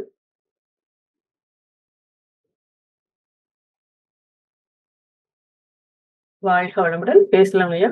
வாழ்க வளமுடன். வாழ்க. கேக்குதுமா, பேசலாங்க. நான் சிறுமொழியில இருந்து பேசுறேங்க. என் பேர் புனிதவதி. வாழ்க வளமுடனுங்கம்மா. நல்ல சிறப்பான சிந்தனைங்கம்மா. ரொம்பவுமே செவிக்கு ரொம்ப இனிமையா இருந்துச்சுங்க உங்க கவிகள். இப்ப தவம் சொன்னீங்க, 2 விதமான தவங்கள் அப்படின்னீங்க. ஒரு தவம் அரண் புறத்தே இருப்பது அறம் சார்ந்த வழிகள் அப்படின்னீங்க. அகம் சார்ந்த அப்படின்னா நாம செய்யக்கூடிய தவங்கள். அதை மட்டும் நீங்க இன்னொரு தடவை அந்த தவம் மட்டும் கொஞ்சம் விளக்கம் சொல்லுங்க. வாழ்க வளமுடன்மா. நம்ம பொதுவா என்ன நினைக்கிறோம்னா, ஆன்மீக பாதை என்பது தவ பாதை, தவத்தினுடைய ஒரு பாதை. தவம் சிறப்பா செய்கிற பொழுது நம்ம சரியான ஆன்மீகவாதின்னு நினைக்கிறோம். ஆனா பெரியவங்க அதுக்கு ரொம்ப அழகா ஒரு உதாரணம் சொல்லுவாங்க. பகவத்கீதையில தான் அந்த ஒரு கிளை கதையும் வரும். ஒரு இளம் சன்னியாசி அவன் காட்டுல போய் ரொம்ப நல்லா தவம் பண்றான். அந்த ஓகே. முனிவன் என்ன பண்ணுவான், தவம் முடியற சமயம் மரத்துல இருந்த ஒரு பறவை அவன் தலை மேல எச்சம் போட்டுரும். இவன் அப்படியே சரிங்க. கோபத்துல நிமிர்ந்து பார்த்தா அந்த பறவை எரிந்து சாம்பல் ஆகிவிடும். ஓ. எனக்கு ரொம்ப மகிழ்ச்சி. தன்னுடைய தவம் எப்படிப்பட்ட வலிமையான தவம், ஒரு பறவையை எரிக்க முடிஞ்சது என்று ஒரு கம்பீரமான எண்ணத்தோட, நம்ம ஏற்கனவே சொன்ன மாதிரி பசிச்சா அப்புறம் சாப்பாடு தானே வேணும். ஊருக்குள்ள போறான், பகவதி பிக்ஷாந்தேகி என்று ஒரு வீட்டு வாசல்ல நின்னு கையேந்துகிறான். அந்த இல்லத்தரசி தன் கணவன் அப்பதான் வந்திருப்பாங்க, அவருக்கு பணிவிடை செய்து கொண்டிருக்கிறதுனால இவர் கொஞ்சம் காத்திருக்க சொல்றாங்க. இந்த சரிங்க. இளம் சன்னியாசிக்கு கோபம் எல்லை மீறுகிறது. யாருன்னு நினைச்சாங்க இவங்க நம்மள காக்க வைக்கிறார்கள் அப்படின்னு அவன் என்ன ஓடுது பாருங்க. உள்ள இருந்து அந்த அம்மா குரல் கொடுத்தாங்க, கொக்கென்று நினைத்தாயோ கொங்கனவா. என்ன யாருன்னு நினைச்சிட்ட பாருங்க. இன்னைக்கு மாதிரி செல்போன் கிடையாது. அவன் எங்கேயோ காட்டுல ஒரு கொக்கை எரித்து விட்டு வருகிறான். இங்க நாட்டுல இந்த வீட்டுல இவன் பிச்சைக்காக கையேந்துகிற பொழுது அந்த அம்மா என்ன சொல்றாங்க, நீ என்ன யாருன்னு நினைச்சப்பா, அந்த காட்டுல கொக்கை எரிச்ச மாதிரி என்னையும் எரிக்கலாம் நினைக்கிறியோ? என் கணவனுக்கான பணிவிடை தான் எனக்கு முக்கியம். பிரையாரிட்டைஸ் இன்னைக்கு சொல்றோம் பாத்தீங்களா, மாடர்ன் வேர்ல்டுல எது முக்கியம்னு நமக்கு தெரிஞ்சுக்கணும் இல்லையா? இப்ப சத்சங்கம் முக்கியம் தான், உட்கார்ந்துகிட்டு இருக்கோம் நம்ம. ஆனா கணவர் வந்துட்டாரு அப்படின்னு என்ன செய்யறோம், இத மியூட்ல போட்டுட்டு கூட போய் அவருக்கு செய்ய வேண்டிய பணிவிடைகளை செய்யறதுக்கு தயாரா இருக்கோம் இல்ல? அப்படி இருக்கோம் நான் நம்புறேன். மனவளக்கலை குடும்பம் கண்டிப்பா கண்டிப்பா அப்படிதான் இருக்கிறாங்க. எது முக்கியம்னு நமக்கு தெரியணும். அது போல அந்த பெண்ணுக்கு என்ன தெரிந்தது, வாசல்ல நிற்கிற இந்த இளம் சன்னியாசிக்கு உணவு கொடுப்பதை விட என் கணவருக்கான பணிவிடை தான் எனக்கு முதன்மையானது. அதை முடிச்சுட்டு தான் நான் மாட்டேன்னு சொல்லலப்பா, பட் செகண்டரி. பெரியவங்க எல்லாரும் என்ன சொன்னாங்க, தவத்தினால் மட்டுமே நீ இறைவனை உணர முடியாது. இந்த தவம் உனக்கு ஈகோவை வளர்த்துருச்சு, என்னால எதையும் செய்ய முடியும். அப்புறம் மறுபடியும் அந்த கதை தொடரும். நான் இப்ப கதைக்குள்ள போகல. இப்ப அதனால என்ன நமக்கான லெசன் அப்படின்னு பாத்தீங்கன்னா, அகத்தவம் செய்து கொண்டே வரும் பொழுது நீங்க நினைச்சதெல்லாம் நடக்கும். இத வாழ்க்கையில அனுபவத்துல நீங்க பாப்பீங்க. அப்ப ஒரு ஈகோ வந்துரும் அல்லவா, நான் எது நினைச்சாலும் நடக்குதுன்னுட்டு. அப்போ அதை சொல்றாங்க, அறநெறி பாதையிலும் நடக்க பழகு. ஈகோனால என்ன பண்றோம், இன்னொருத்தர் மனசுதானே காயப்படுத்துறோம். அவன் பாருங்க ஒரு கொக்கையே எரிச்சு சாம்பல் ஆக்கிட்டான். ஆனா அறநெறியின் முதல் உறுப்பே ஒழுக்கம். ஒழுக்கம் என்ன சொல்லுது, யார் ஒருவருக்கும் துன்பம் தராமல் உன்னுடைய எண்ணம் சொல் செயல்களை ஒழுங்குபடுத்திக் கொள். அதனாலதான் அத புறத்தவம்னு சொல்றோம்மா. தேங்க்யூ. சூப்பர், நல்லா இருந்துச்சுங்கம்மா. சூப்பரா விளக்கம் கொடுக்குறீங்க. உங்க கவிகள் எல்லாம் ரொம்பவுமே உங்க ஸ்பீச் எல்லாம் கேட்க கேட்கதான் இன்னும் நாங்க நிறைய புக்ஸ் எல்லாம் நிறைய படிக்கணும் அப்படிங்கிற அந்த எண்ணமே ஒவ்வொன்றும் தோணுதுங்க. தேங்க்யூங்கம்மா. வாழ்க வளமுடன். அறிவுக்கு வர்ற நாம படிச்சு படிச்சு அறிவை உயர்த்திக்கணும். நன்றிங்கம்மா. நன்றி. வாழ்க வளமுடன். நன்றி அம்மா. அடுத்ததாக கவிதா கோவிந்தராஜ் அம்மா அவர்களை அன்போடு அழைக்கின்றோம். வாழ்க வளமுடன் அம்மா. வாழ்க வளமுடன் அம்மா. வாழ்க வளமுடன் அம்மா. அம்மா, நீங்க சொன்னீங்க மகரிஷி அவங்க அம்மா வேப்ப மரத்தையும் அரச மரத்தையும் ஒன்னா நின்னு, அது அதாவது எப்படிங்கம்மா, அது சம்பிரதாயமா, அது சாஸ்திரமா? அம்மா வாழ்க வளமுடன். கிராமங்கள்ல எத்தனையோ நம்பிக்கைகள் இருக்கு இல்லையா? ஆமா. அவர்கள் என்ன நம்புறாங்க அப்படின்னாக்கா, ஆண் குழந்தை பிறக்கணும்னா அரச மரத்துக்கும் வேப்ப மரத்துக்கும் திருமணம் செய்து வைத்தால் ஆண் குழந்தை பிறக்கும்னு ஒரு நம்பிக்கைமா. அது உண்மையா பொய்யாங்கிறதெல்லாம் அடுத்தது. அதனாலதான் அருட்தந்தையை பார்த்து அந்த மரங்கள் கேலி பேசுறது மாதிரி அவருக்கு தெரியுது. நீ இன்னைக்கு எவ்வளவோ விஞ்ஞான விளக்கம் சொல்றப்பா, ஒரு உண்மைய மறந்துடாத. உன்னோட பிறப்பையே எங்களோடதான் இணைச்சு வச்சாங்க உன் பெற்றோர் அப்படின்னு அப்பா அவர் சொல்றாரு. அந்த நம்பிக்கை அவர்களது அறிவின் நிலை. அதனாலதாங்க அந்த வார்த்தையை மூட நம்பிக்கைன்னு சொல்றோம் பாத்தீங்களா? மூட நம்பிக்கைன்னா என்ன அர்த்தம், ஒரு உண்மை அதுல மூடி இருக்கு. அதனால இந்த வேப்ப மரத்தினுடைய காற்றும் அரச மரத்தினுடைய காற்றும் சேர்ந்து வர பொழுது அந்த கர்ப்பிணி பெண்களை நம்ம மரத்தை தான் சுத்தி வர சொல்றாங்க. குழந்தை பிறப்பதற்கு. அப்ப அந்த காற்றை சுவாசிக்க சுவாசிக்க இவங்க உடம்புல ஏற்படுகிற ரசாயன மாற்றம் ஆண் குழந்தைக்கு வழிவகுக்கும்னு கண்டுபிடிச்சிருக்கலாம். நமக்கு அது தெரியல. ஏதோ ஆராய்ச்சி பூர்வமாக நிரூபிக்கப்படாததுனால தெரியல. யாராவது ஒருத்தர் எடுத்து நிரூபிச்சாலும் கூட நல்லதுதான். அதனாலதான் நிறைய விஷயம். ஆனா என்ன ஒரு ஆபத்து வந்துருச்சுன்னா, நிறைய விஷயங்கள் அன்னைக்கு அறிவுக்கு இல்ல. இப்ப உதாரணத்துக்கு இந்த பகவத்கீதையில ஒரு கதை உண்டு. என்ன கதைன்னா, இந்த கிருஷ்ணன் உட்கார்ந்து தர்ப்பணம் பண்றான். என்னடா இது, அமாவாசை அன்றைக்கு தானே தர்ப்பணம் கொடுக்கணும், நாளைக்கு தான் அமாவாசை, கிருஷ்ணன் இன்னைக்கே தர்ப்பணம் பண்ண உட்கார்ந்துட்டானே அப்படிங்கிறாங்க. எல்லாரும் போய் இங்க போய் சிவபெருமான கேளு, சிவபெருமான் பிரம்மனை கேளு, அப்படியே எல்லாம் மாத்தி மாத்தி கடைசியில சூரியன் கிட்ட வந்து நிக்கிறாங்க. சூரியன் வந்து சந்திரன் கிட்ட கேட்கணுங்கிற பொழுது வாங்க போலாம் அப்படின்னு பார்த்தா, சூரியன் சந்திரன் 2 பேரும் நேர்கோட்டுல வந்துட்டா அது அமாவாசை தானே. இந்த விஞ்ஞான உண்மையை அன்றைக்கு பாமர மக்களுக்கு புரிய வைக்கிறதுக்காக கதையை சொல்லிட்டாங்க. கிருஷ்ணன் தர்ப்பணம் பண்றான், என்ன தர்ப்பணம் பண்றான், நாளைக்கு அமாவாசை இன்னைக்கே பண்றான்னா, சூரியன் சொல்லிட்டாரு சந்திரனை பாத்தீங்க பாரு, நீ வந்து நிக்கிற என் முன்னாடி, நானும் நீயும் நேர்கோட்டுல இருந்தா அது அமாவாசை. அப்ப கிருஷ்ணன் தர்ப்பணம் சரியா போச்சு இல்ல, இப்பதான் 2 பேரும் ஒன்னா வந்துட்டோமே. இது போலமா உயர்ந்த விஷயங்களை எல்லாம் கதைகள் மூலமாக சொன்னாங்க ஒரு காலத்துல. ஆனா சில சமயங்கள்ல ஒன்றுமே இல்லாத வெற்று விஷயங்களும் கூட இந்த மூட நம்பிக்கையின் வடிவம் எடுக்கிற பொழுது நமக்கு எது உண்மை எது பொய்னே பிரிச்சு பார்க்க முடியல இன்னைக்கு. சுயநலம்னா கூட தன் முனைப்பு வந்துரும் இல்லம்மா. கட்டாயம். சுயநலத்தினால தன்முனைப்பு வருதுங்கிறத விட தன்முனைப்பின் ஒரு வடிவம் சுயநலம். இருக்கோ அவங்க நிச்சயமா செல்ஃபிஷா தான் இருப்பாங்க. ஆமா, நம்ம அன்பா இருந்தா கூட அவங்க சுயநலமா இருக்காங்களா, ஆப்போசிட்டுக்கா இருந்தா அப்ப நமக்கு எதிரும் புதிருமா இருக்குல்ல, சண்டைதான் வருது. சுயநலமா இருக்கிறவங்களை பத்தி நீங்க கவலைப்படாதீங்கம்மா. இறைவன் வந்து உங்களை அன்பின் வடிவமா படைச்சிருக்கான். எவ்வளவு பெரிய கிஃப்ட் அது. அப்ப நீங்க அன்பை கொடுங்க, மகிழ்ச்சியா கொடுங்க. பகவான் புத்தர் வாழ்க்கையில ஒரு சம்பவம். புத்தர் வந்து நடந்து வருவாரு, ஒரு கிராமத்துல ஒருத்தன் அவர் மூஞ்சில எச்ச துப்பிடுவான். சீடன் பதறி போயிடுவான். அவனை அடிக்க போறப்ப புத்தர் அவன் கையை பிடிச்சு, ஆனந்தா நில்லு, நீ ஏன் ஓடுற அப்படின்னு கொஞ்சம் தண்ணி கொண்டு சொல்லி தன் முகத்தை கழுவி சுத்தப்படுத்திக்கிட்டு கேக்குறாரு ஆனந்தன் கிட்ட. பக்கத்து கிராமத்தை தாண்டி வந்தமே, அந்த கிராமத்துல என்ன பண்ணாங்க, அவர்கள் பழங்கள் கொடுத்தார்கள். நான் என்ன ஆனந்தா சொன்னேன், நீங்க வேண்டான்னு மறுத்துட்டீங்க. இப்போ இந்த சகோதரர் அந்த கிராமத்துக்காரன்ட்ட பழம் இருந்ததுப்பா, அவன் கொடுத்தான், நான் மறுத்துட்டேன். இந்த சகோதரர்கிட்ட என்ன இருக்கோ அதான் அவர் கொடுக்க முடியும். அவர் எச்சிலை கொடுத்தார், இதையும் நான் மறுக்கிறேன் ஆனந்தா. அது போலமா சுயநலவாதி உங்க மனசை காயப்படுத்துற வார்த்தைகளை சொன்னா அவர்கிட்ட இருக்கிறத அவங்க கொடுக்குறாங்க, உங்ககிட்ட இருக்க அன்பை நீங்க.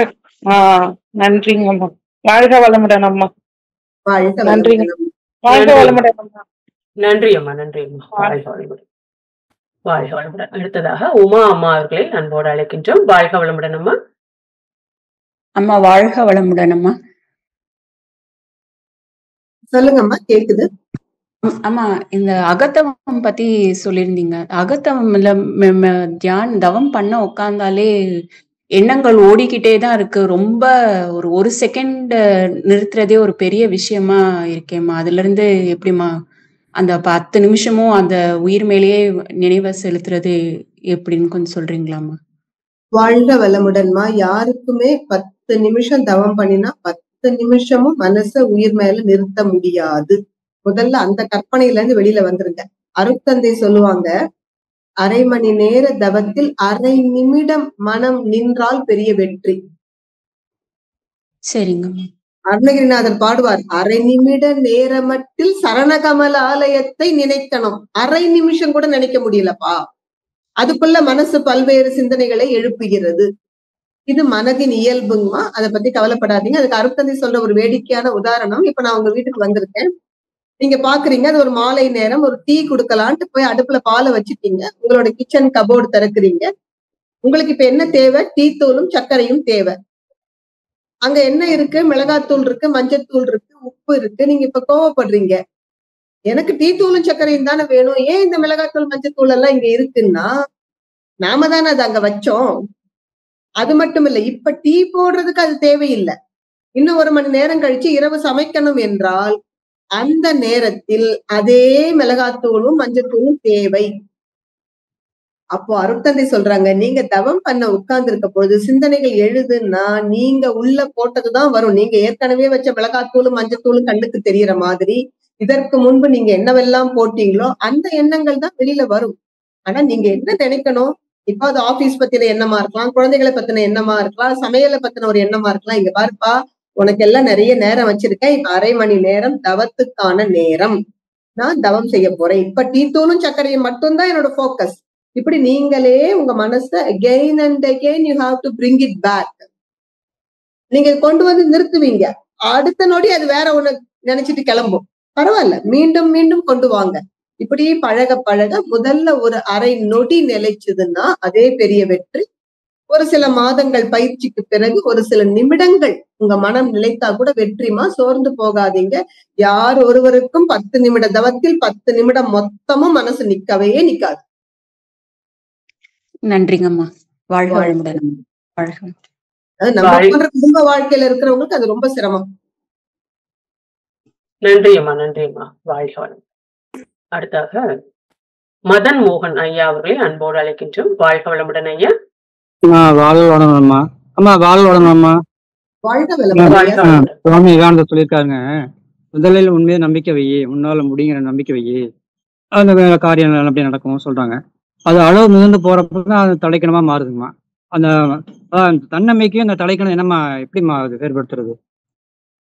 அதுதாங்க நம்ம பேசுறப்பே சொன்னோம் பாத்தீங்களா, நான் பெரியவன் நினைக்கிறதுல தப்பு இல்ல. அது தன்னம்பிக்கை. நான் பெரியவன், என்னால் முடியும் நினைச்சீங்கன்னா தப்பு கிடையாது. நான் மட்டுமே பெரியவன், இந்த செயலை என்ன போல சிறப்பா யாரும் செய்ய முடியாதுன்னு நினைச்சீங்கன்னா தலகணும். என்னால முடியுங்க செய்யக்கூடாது. அதான், இந்த செயலை நான் சிறப்பா செய்யறேன், அது தன்னம்பிக்கை. என்ன போல எத்தனையோ பேர் சிறப்பா செய்யலாம். நன்றிம்மா, நன்றிம்மா. மிக்க அருமையான வழக்கம். நன்றியம்மா, நன்றியம்மா. வாய்ப்பு நன்றியம்மா. வாழ்க வளமுடன். நன்றி ஐயா, நன்றி ஐயா. வாழ்க வளமுடன். நன்றி ஐயா. அடுத்ததாக சபரீஷ் சுந்தர வடிவேல் ஐயா அவர்களை அன்போடு அழைக்கின்றோம். வாழ்க வளமுடன் ஐயா. அம்மா வாழ்க வளமுடன் அம்மா. ரொம்ப நன்றி அம்மா. அம்மா வணக்கம். வாழ்க வளமுடன் அம்மா. ரொம்ப சிறப்பா இருந்தது அம்மா. as usual நீங்க எப்படிதான் இந்த அளவுக்கு நல்லா கிளியரா ஆன்சர் பண்றீங்கன்னு எனக்கு தெரியல. ரொம்ப எக்ஸலண்டா இருந்தது. நன்றிம்மா. அம்மா எனக்கு ஒரு கேள்வி. இப்போ வந்து உலகம் முழுவதும் இப்போ இந்த இந்தியர்கள் மேல வந்து ஒரு நிறைய இடத்துல ரொம்ப அவங்க பின் பாயிண்ட் பண்றாங்க இல்லம்மா. அதுதான் கேட்டேன்னா, ரொம்ப திறமையா இருக்கார்கள். சைனீஸும் சரி, இந்தியர்களும் ரொம்ப திறமையா இருக்காங்க.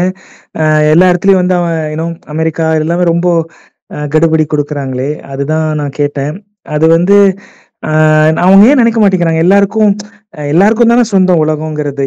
நம்ம தான் பிரிச்சுக்கிறோம். அவங்கவுங்க திறமை இருக்கு, அவங்க உழைப்பு இருக்குங்கிறது. அது ஏன் அவங்க சில பேருக்கு புரிய மாட்டேங்குது. நம்ம அவங்களை இந்த மாதிரி நம்ம இன்சல்ட் பண்ற மாதிரி பண்ணா நம்ம எப்படி தற்காத்துக் கொள்வது? அதை பத்தி கேட்கலாம் தான் கேட்டேமா. நன்றி. வாழ்க வளமுடன். ரொம்ப அழகான ஒரு கேள்வி. வெளிநாட்டுல இருக்கிறதுனால இது அவருடைய அனுபவமா இருக்கும். நிறைய வெளிநாடுகளுக்கு போகிற நம் இந்தியர்கள் ஃபேஸ் பண்ற ஒரு சங்கடம் இது. என்னன்னா, திறமை இருக்கு சரிதான், ஆனா அந்த நாடு இப்ப நீங்க சொன்ன மாதிரி உலகம் முழுவதும் மனிதர்களுக்கு சொந்தம் என்கின்ற அந்த அறிவினுடைய விசாலம் இல்லாததுனால, இப்ப அமெரிக்க நாட்டுல அவன் என்ன நினைக்கிறான், இது என் தேசம், இந்த தேசத்துக்கு வந்த நீ எப்படி என்னை விட மேல போகலாம், இதை நான் அனுமதிக்க முடியாது. இப்படி வரும் பொழுதுதான் பாவம் இவங்க கிட்ட திறமை இருந்தும் கூட இவங்க சோர்ந்து போற மாதிரி நிலைமை இருக்கு. அதனாலதான் பெரியவங்க என்ன சொன்னாங்க, நம்முடைய அறிவு. உதாரணத்துக்கு பில்கேட்ஸ் ஒரு முறை சொன்னார், ஞாபகம் இருக்குங்களா? மைக்ரோசாஃப்ட்ல வந்து இந்தியன்ஸோட பெர்சன்டேஜ் அதிகமா இருக்கு, அதை குறைச்சு அமெரிக்கன்ஸ்க்கு வேலை வாய்ப்பு கொடுக்கணுங்கிற பொழுது அவர் சொன்னார், இப்படியெல்லாம் என்ன மிரட்டினா எனக்கு வேற வழியே கிடையாது, நான் மைக்ரோசாஃப்ட் ஆபீஸையே இந்தியாவுக்கு தூக்கிட்டு போயிருவேன். அது போல நம் இந்தியர்களுடைய அறிவு தான் இன்றைக்கு உலகம் முழுக்க பல முன்னிலை வகிக்கக்கூடிய சிறப்பா நடக்கிறதுக்கு காரணம்.